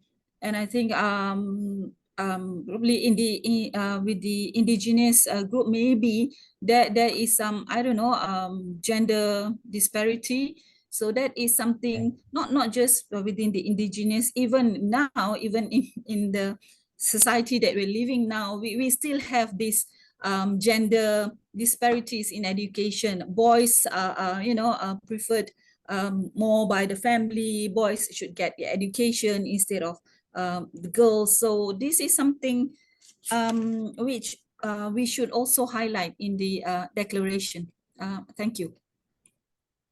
Very powerful, very important message as well. I think this is something that we often forget or kind of normalized with type of patriarchal world we live in, and that also reflects the violence that we perpetuate on those who have less power in society, and really responding to the gender issue, which is a global issue everywhere in the world. I think is very important, very critical in education. And also, it's also remembering the system we work with. We often talk about humanity, about technology, but a lot of what we have as institutions are not owned or controlled or governed by society. They are owned by business interests. When we talk about progress, development, technology, all of these systems, even education itself, as institutions, they are often driven by profit models. They are deeply influenced by values that are not adhered, that are not really important for society. So it is also thinking about that very foundation where we are alienated, where we have to work in institutions that promote neoliberal ideas than justice and so on. So that's also a very important thing to remember. Okay, sorry, so should we move to the second question? What do you think? To distribute time? We have, we can move but to what Margarita, what we're doing is we have been discussing on all of the three questions. All three questions yes, and we have, I think, a substantial amount of inputs from our region, which very much emphasizes on holistic education or indigenous education, on storytelling, on inclusion, place, gender, all of these things that we've been discussing reflect us on the three questions that we had. So I want to add a few more inputs from anyone who would like to reflect on, especially thinking about how then we're contributing these ideas to this declaration, plus also in the future, how within this region we may be able to move forward or possibly also work together. Ruth, yes. Oh, apologies, I just stepped back to the last issue on gender, just to add another nuance from my own lived experience. We not only have the perennial issue of girls and access to quality and those kinds of issues in our Pacific region, but if you look particularly at the most highly tested aspects, literacy, numeracy, these kinds of things, there's another interesting pattern that we find in a number of our Pacific countries, and that is the vast underperformance of boys in literacy, standardized literacy testing, standardized other kinds of testing, but particularly literacy. And so we almost have the opposite kind of situation or problem in many of our Pacific nations, where our boys are being disadvantaged by the style of teaching and learning, by the content, by the classrooms, by many aspects. Some people even say because we have predominantly female teachers, their experience of not connecting with male teachers or role models, or there have been a lot of hypotheses put forward for it, but I just wanted to raise that's another slightly more nuanced situation within our region in the Pacific countries, the underserving of our boys by our education system. I think this is a very important point, which I really share as well. In my own view, the many ways in which capitalism exploits people is by really taking advantage of the ways in which people can become autonomous, can support their own families. There's a lot of there's some research in Africa as well, where for instance, land is taken away from farmers, where people, especially the men who depend on working with their physical labor, and that has been turned into commercial property. The vulnerability of boys and men becoming disposable and useless in the new economy is really challenging and important, but some of the research doesn't reflect that. I think this is important. And also we need to reflect on what do we mean by literacy, because we all grow in a culture that make us literate. But the institutions that we have do not value all types of literacies equally. Only literacies that support the system, the capitalist system, the exploitative system are valued. And we are made to measure people's intelligence on the basis of other people's cultures and literary experience. And that kind of colonialism as well has to be questioned. And what are the ways in which we can encourage people to be intelligent, literate in their own mother tongue, in their own culture? How do we support those processes rather than imposing on them a worlded view that is not based on their experience and tradition? And those are important questions to think about as well. So in terms of then finally moving forward in contributing ideas, all of these discussions that we have, that you contributed for this declaration, and also moving forward, I would like us to give us some insights.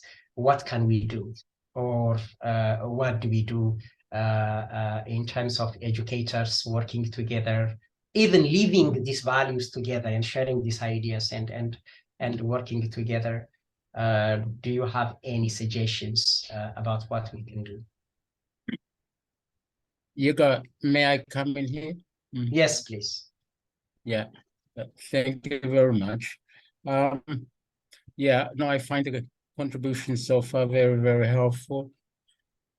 However, I do not envy your team in conceiving such a huge project, humanizing education. I worry about the levels at which education is dished out, the scale, and the fact that education has been institutionalized and, more frighteningly, more commercialized. The money and resources that's really driving the direction of education. So yeah, the challenges are huge. Nonetheless, congratulations in trying to push your way through.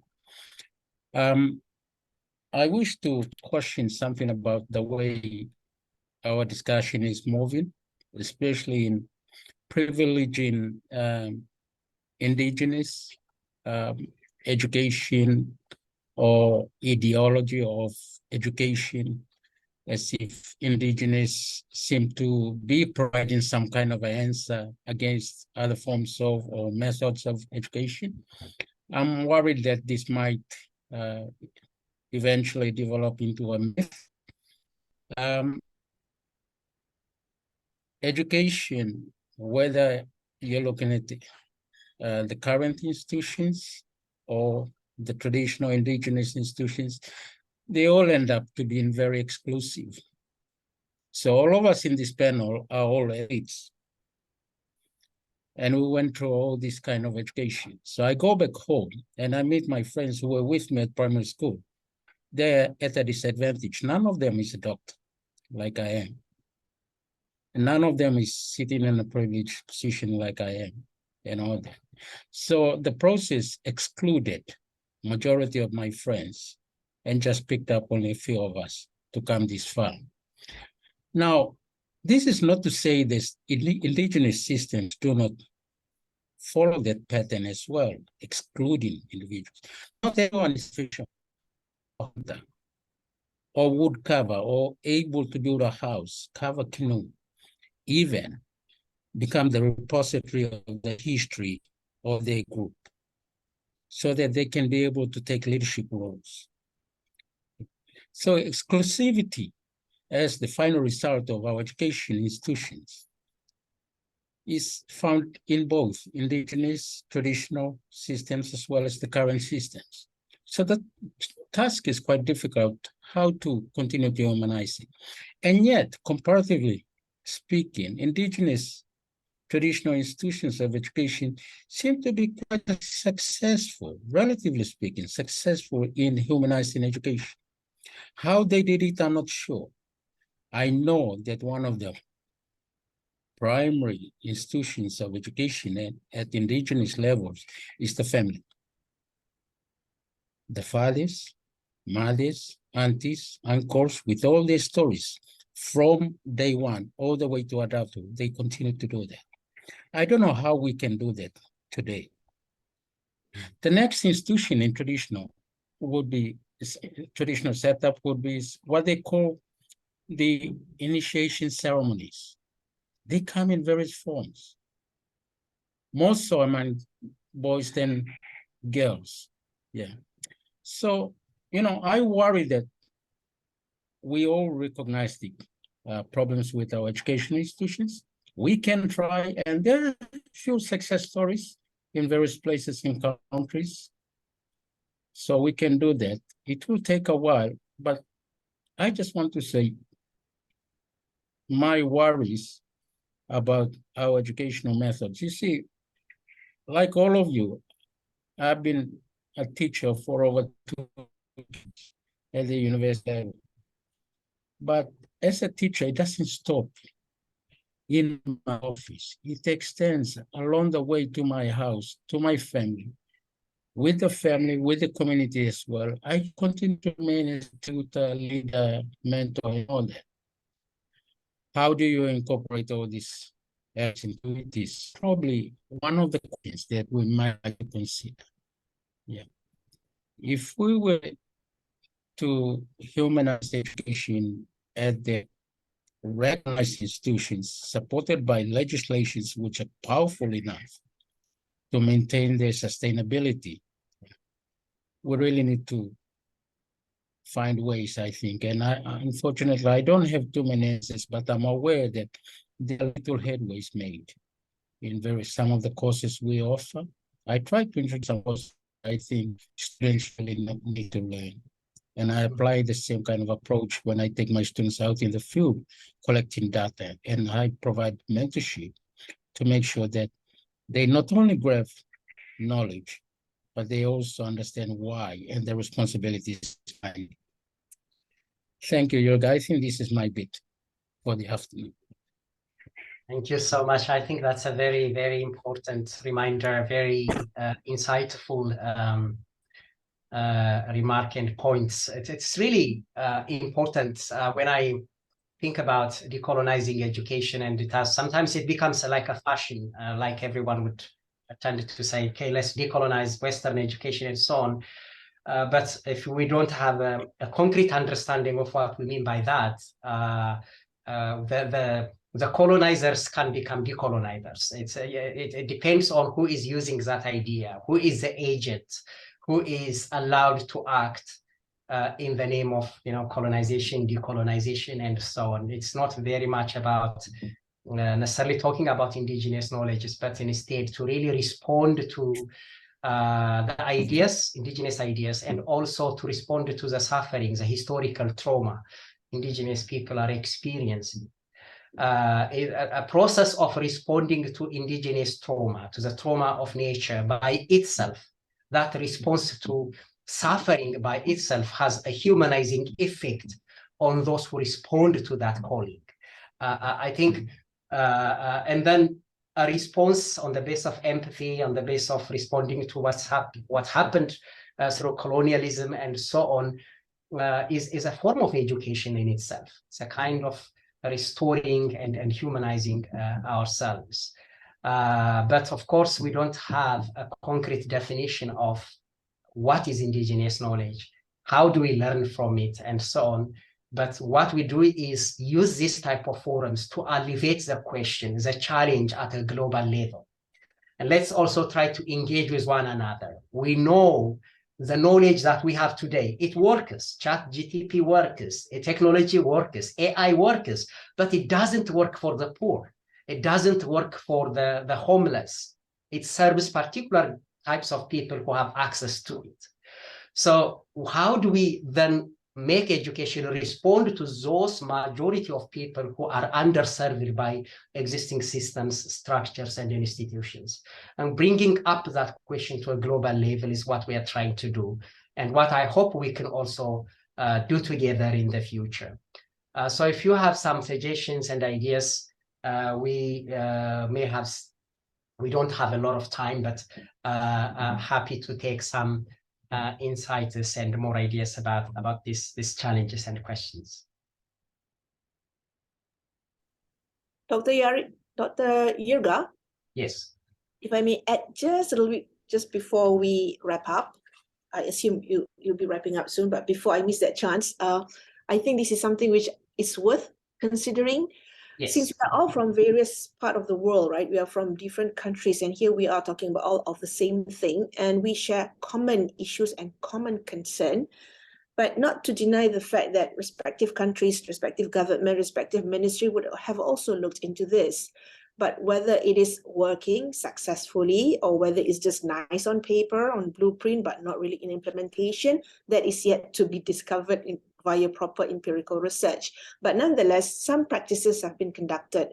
So if I may share some of the potential practices I thought would have come in to support the notion that we are proposing here, would be somewhat what we have in Malaysia. We've got the SULAM program, where we call it service university learning, where we take the students out to the community, and the community to sort of like, they identify problems and they work with the community to solve the problems, taking into consideration the context, the geopolitical context of the respective community. So that's one. That is something like what we're talking about, adding values, adding humanistic aspect to educating our students and training them to be real problem solvers. So we've got SULAM. And another example, specifically with one university that I know of in Malaysia, is the International Islamic University. It's based in Gombak, Kuala Lumpur, where the VC himself aspires for all the graduates to be what he termed as Rahmatul Alamin. It's an Arabic word. Comes from two words, is Rahmat and Amin, where it means that they are leaders of the community, they are leaders in their own capacity, and they're able to contribute back to the society. So that and what they are doing in the respective universities, that they adopted the nearing community as part and parcel of their curriculum, where the teaching and learning actually involved the community. And when we talk about mobility, here we're talking about internalization, right? Intercultural and intercommunication and stuff like that. One thing I'm very familiar is the Ministry of Education in Malaysia, Ministry of Higher Education in Malaysia is so big with student mobility, where there's a lot of incentive provided and encouragement to actually make our students move, not just between university in Malaysia, but also across the globe.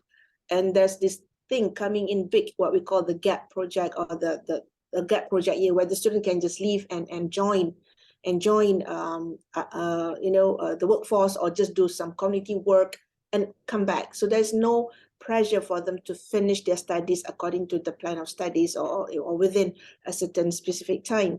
So I suppose that is something which is happening, at least in Malaysia, but I'm sure there are also best practices elsewhere. Why am I saying this? I suppose let's just have that declaration on the basis that we are also aware with what's happening in supporting the notion that we're talking about here. We're talking about value imbued curriculum. We're talking about ethics. We're talking about intercultural. We're talking about all this, community-based learning and whatnot. We're talking about leadership. We're talking about critical thinkers in the real sense of critical thinkers, problem solvers, real, meaningful problem that they are solving. It's not based on assessment. It's not preparing students for assessment. So hence, let's show in that declaration, there's some also good practices. But of course, I would agree to a certain extent, we don't know how successful it is. It looks so beautiful on paper, but whether at the end of it, it becomes just another technical procedure just to make the students go through it and have it graded and hence, come back to the real grade of the students for the semester, that is something else. But what we have in mind here is that we are aware of the importance of this, and hence there are some practices. And I'm sure in other countries as well, they would have something like this. Thank you, Dr. Jirga. Thank you so much. I think I completely agree with you. I think there are so many good experiences that we all have, and it's because of those experiences that we are concerned. We talk about these things. Our own work, our own research, our own experience is part of that fruit that we want to be to alleviate and higher conversations. And we definitely will.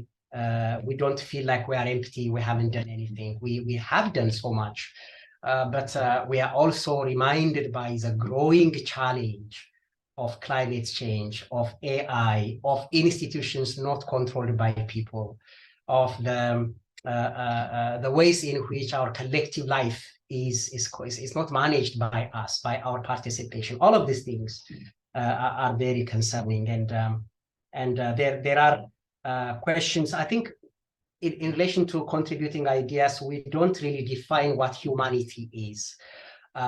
For me, we understand when humanity is violated, when people are killed, when some violent act is happening, we recognize humanity in that moment. But if we were to abstractly define what does it mean to be human, depending on our religion, our understanding, our philosophy, we may come up with different definition of the human. And that is fine, and that is very good. But there are certain ways in which we agree at a global level, in terms of especially when violence happens, when ideas and knowledges are used to silence, to kill other knowledges. And standing against violence, the instrumentalization of education, as indicated in our invitation letter, which Margarita also prepared, those are very important reminders for us to work on.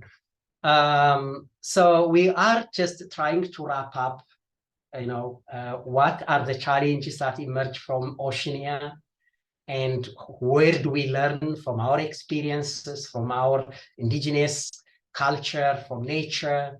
And I think the last point, which might be useful to think about, is then how do we move forward? Is there a way, for instance, would you be happy to have some kind of conversations once in a while, reflecting on what we are doing and how we can exchange each other's experiences to enrich our work for better education in the future? So if you have some points on, as a conclusion, I would like to give you a chance, hopefully for each of you, to say a few last words before we finish contributing your ideas and also visions for the future, contributing for the declaration, and as well as a vision for the future. If you have just a conclusive, a final thought. Sorry, Jurga, I was sure that we have discussed the aims of the education. I mean, what was in the second question, and maybe ideas of participants on defining necessary education in general, and especially in the Oceania region.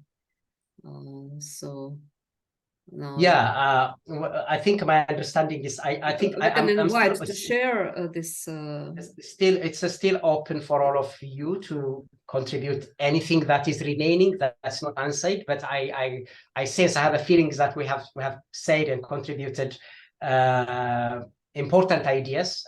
We are still open for further conversations. But we have heard what are the prevailing concerns in Oceania, and what are the ways in which education should be practiced, and emphasizing on indigenous cultures, on nature, on relationalism, on holistic education, gender, and also learning from our experiences, the climate. All of these things are very important. And I don't think we can go more than that unless there are additional points from any of the participants. What I was trying to wrap up by is to bring our discussion into where we can then, how do we then move forward with these all ideas that we put together so far?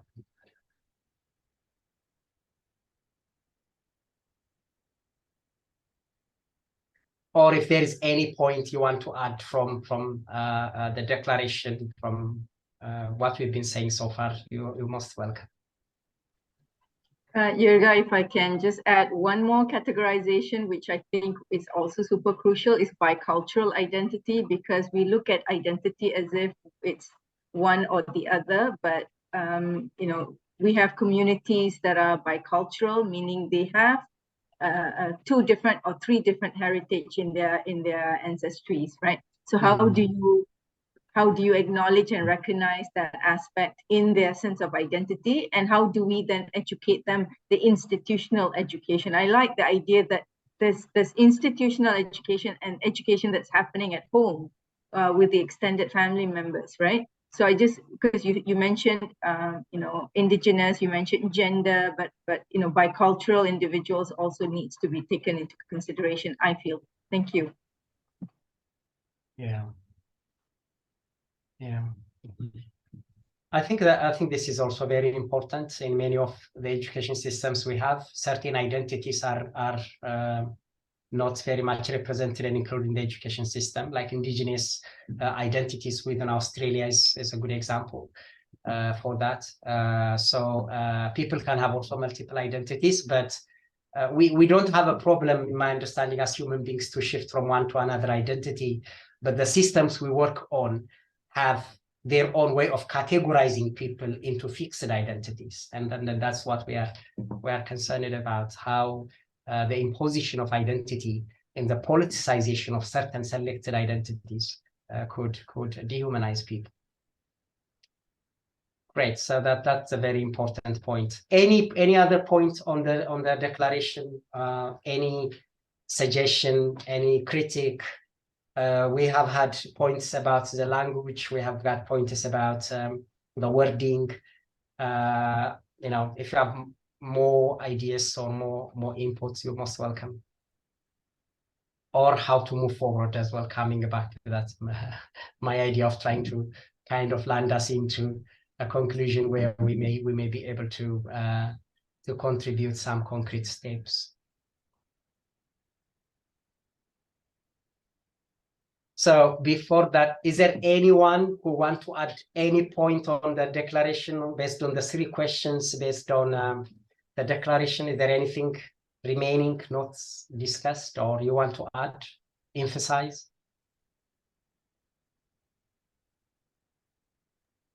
Jurga? Yes. Okay, I enjoyed reading this. I'm making comments here and there, and I was like thinking, oh, these are also some of the things that I could also bring to my students when I meet them for further discussion. But yeah. Don't worry, I will not be disclosing the fact that this is actually a work in progress. But the ideas are there, and it's very, very interesting. Just the fact that this, Jurga, it looked so beautiful, very content, very heavy, very weighted from the first page. However, as we go towards the end, when we are talking about, you know,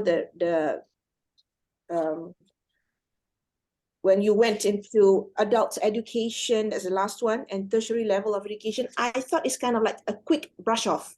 I think there should be more content there rather than a couple of lines, easily 5-6 liners, and they are not as heavy elaborated as others were in the previous pages. So as someone who actually professes in adult education and tertiary education, when we want to prepare future teachers, they are adult learners. When we want to prepare teachers, they come to higher education.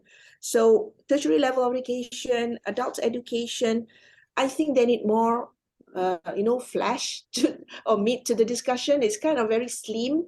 When I come to that point, I thought I was a bit disappointed in the sense that, oh, more could be added there. You know, we talk so much about humanizing education and human education. We talk so much about the society. We talk so much about the cultural and the values and whatnot. However, when it comes to adult education, we are talking about teacher-to-bes. You know, we're talking about teacher educators. We're talking about graduate students, researchers.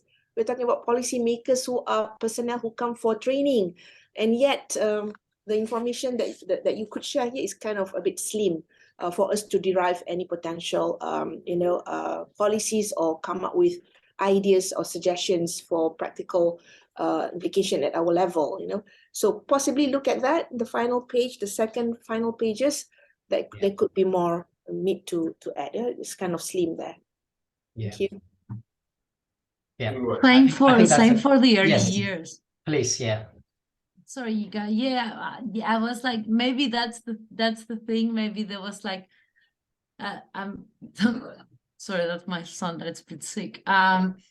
It's like at the end of the pages, it feels like the energy was kind of like, I mean, of course, so it was the same for me when I got to the early years. I was like, oh my God, it was like a bit that was missing there. And also there were ideas there, especially in the early years, you know, about like Western notions of childhood, you know, childhood connected to nature as a way of innocence. And I'm like, we need to go back, I think, maybe, and maybe that's as well going back to your invitation to how we can create, if people is interested, you know, a continued working group when we can go with the document, and maybe we can have then the small groups where people that are doing more early years can get together and work a little bit closer with the early years line. People that do more tertiary adult education can work a little bit on that side.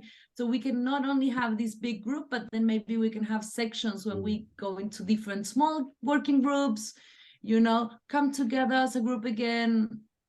I think it's just really important, and it's kind of like a privilege to be together, you know, speaking about these things, connecting, and also really engaging. I really appreciate what you said, Professor Linus, about, you know, romanticizing indigenous cultures, or maybe following into another trap of binaries. Oh, is this, we're privileging, you know, indigenous knowledges, and then what about Western? How do we, if we're going to think relationally and move forward in creating stories for the futures in education, maybe it's really about bringing them together in different ways, in ways that have not been done before, privileging First Nations voices on specific places, but also bringing science knowledge, you know, and bringing along.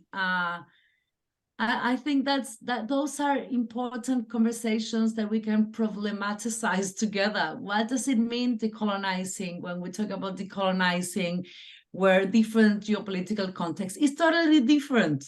It's different decolonizing when we're thinking of Aotearoa, when we're thinking in Australia, when we're thinking in Chilean context or Latin America. But those conversations, of course, need time for those, you know.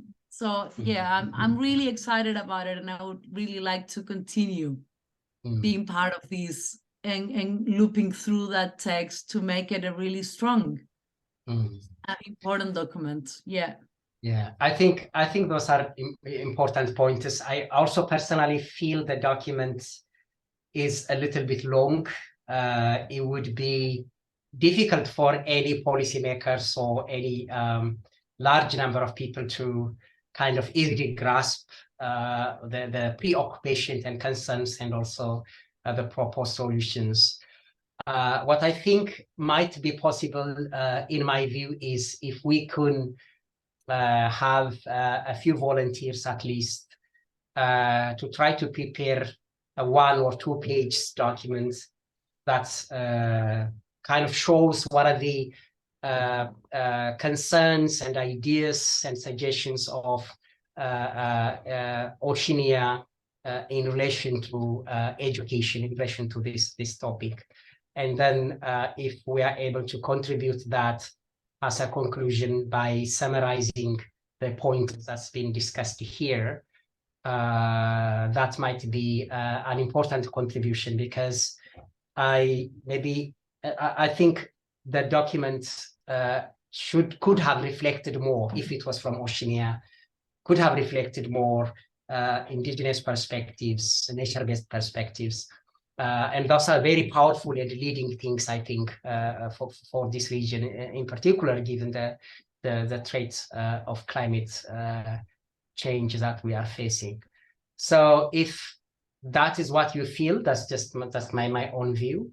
If we can have few volunteers take all of this into account, we have recorded all of the conversation here, and sum up our conclusion and pass it on to the global forum that might be a wonderful contribution as well. Margarita has told us that they can also listen to our meeting, our conversations, and they can draw from that. Or we can also develop our own. And I think it might be useful if a few of you would be willing to, condense this together with us and put it forward to Margarita. What do you think? If not immediately, we can remind this question in mailing, and first you will think over, and then maybe if there are some volunteers to participate in preparing these main points, you will let us know. Otherwise, we can prepare the transcript of this meeting, and to show it, to send it to participants, and also you can highlight what you see as the most important points in the conversation, this discussion. And thus we can see the main results of this discussion.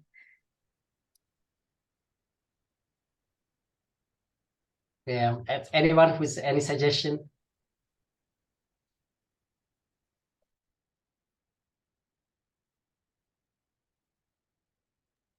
Would it, sorry, this is Margareta. Would it be beneficial to you to have us, just send you a paragraph of what we think our main point is? And I think when you look at it, it would help you a lot, I think. If we were just to word whatever point we had, was to word in, say, one or two paragraphs, I think that would make your work easier, I think. Yeah. Yes, I think that would be useful if you could do that, but it would be also good if at least one or two people join us and put that together. If there are volunteers from all of you, if anyone wants to be part of that in putting this together, especially on the basis of your expertise, some of you are very good in relation to this work. Ruth, would you be interested? Yes, I can certainly help with the synthesizing multiple contributions into a single document. I'm happy to assist. Okay, that's wonderful. Thank you so much. Is anybody else who wants to join Ruth? Otherwise, we are happy to work it out together. So what we do is we will send you an email to just send us through email what you have said or what you think should have been said in the conversation. It is not necessarily, I think, a specific recommendation, but instead something that allows all of us to work together. Individually, we may have a specific focus on a kind of technical aspect of education. We may be training, different types of experts and so on. But thinking about education at a global level, what do we want it to be? In what way it can be inclusive? And especially in what way could education respond to the challenges our region is facing? And those are important things. If you could send that in paragraph in a week time, not more than that, then we'll just try to work on that within a week after that and send it over to Margarita. Would that be okay with you, Margarita? Yes, sure. Yeah, yes. I think that maybe to prepare the final text of conclusions, it will of resolution, it will be okay in 10 days. Or even in 2 weeks, if it there will be such need. Thank you. Thank you. To collect all ideas. Yeah. And the other point is, as Sarita was saying, I think in Oceania there are not many opportunities for us working in different universities to come together and think about these issues. And I think it would be interesting if all of you are interested. Ahmed and myself can send you, hopefully with Ruth as well, can send you an invitation for future conversations and dialogue on these issues. And hopefully we'll expand based on what we discussed, we will expand on supporting relevant education in our region, research in our region, and supporting each other as well, not just changing the world, but helping each other in becoming better teachers from learning from each other's experience. So that is really valuable. And it will be interesting to maintain this forum as Oceania Forum. We can come up with a different name if you like, but I hope we'll meet again. Would that be okay for all of you?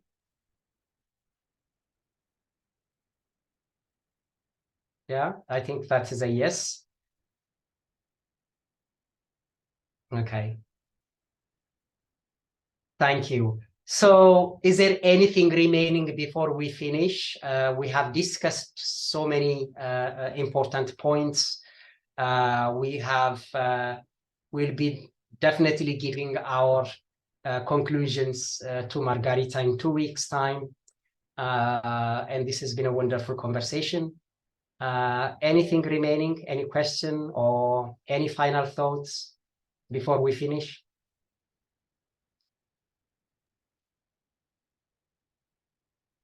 And thank you everybody for participating, for your contributions. We have a really rich discussion, and rich results of this discussion will demonstrate after some time of working on this resolution. Yeah, thank you so much, Margarita, as well for creating this opportunity for us to meet. And also we just met today, but it felt like we're not strangers to one another. It felt like we can talk for a long time, and we'll continue talking with one another for a long time, and it feels wonderful. And I hope you enjoy your time, and I hope we'll have a mechanism by which we share our frustrations, our hopes, our anxieties about the world, about education. And please don't hesitate to email us, to contact with one another. We have all of us emails, and I hope we'll have another conversation. We'll meet again. Thank you so much. And with that, we end this meeting. Thank you. Thank you so much, everyone. Thank you. Bye-bye. Thank you. Thank you. Bye-bye. Bye-bye.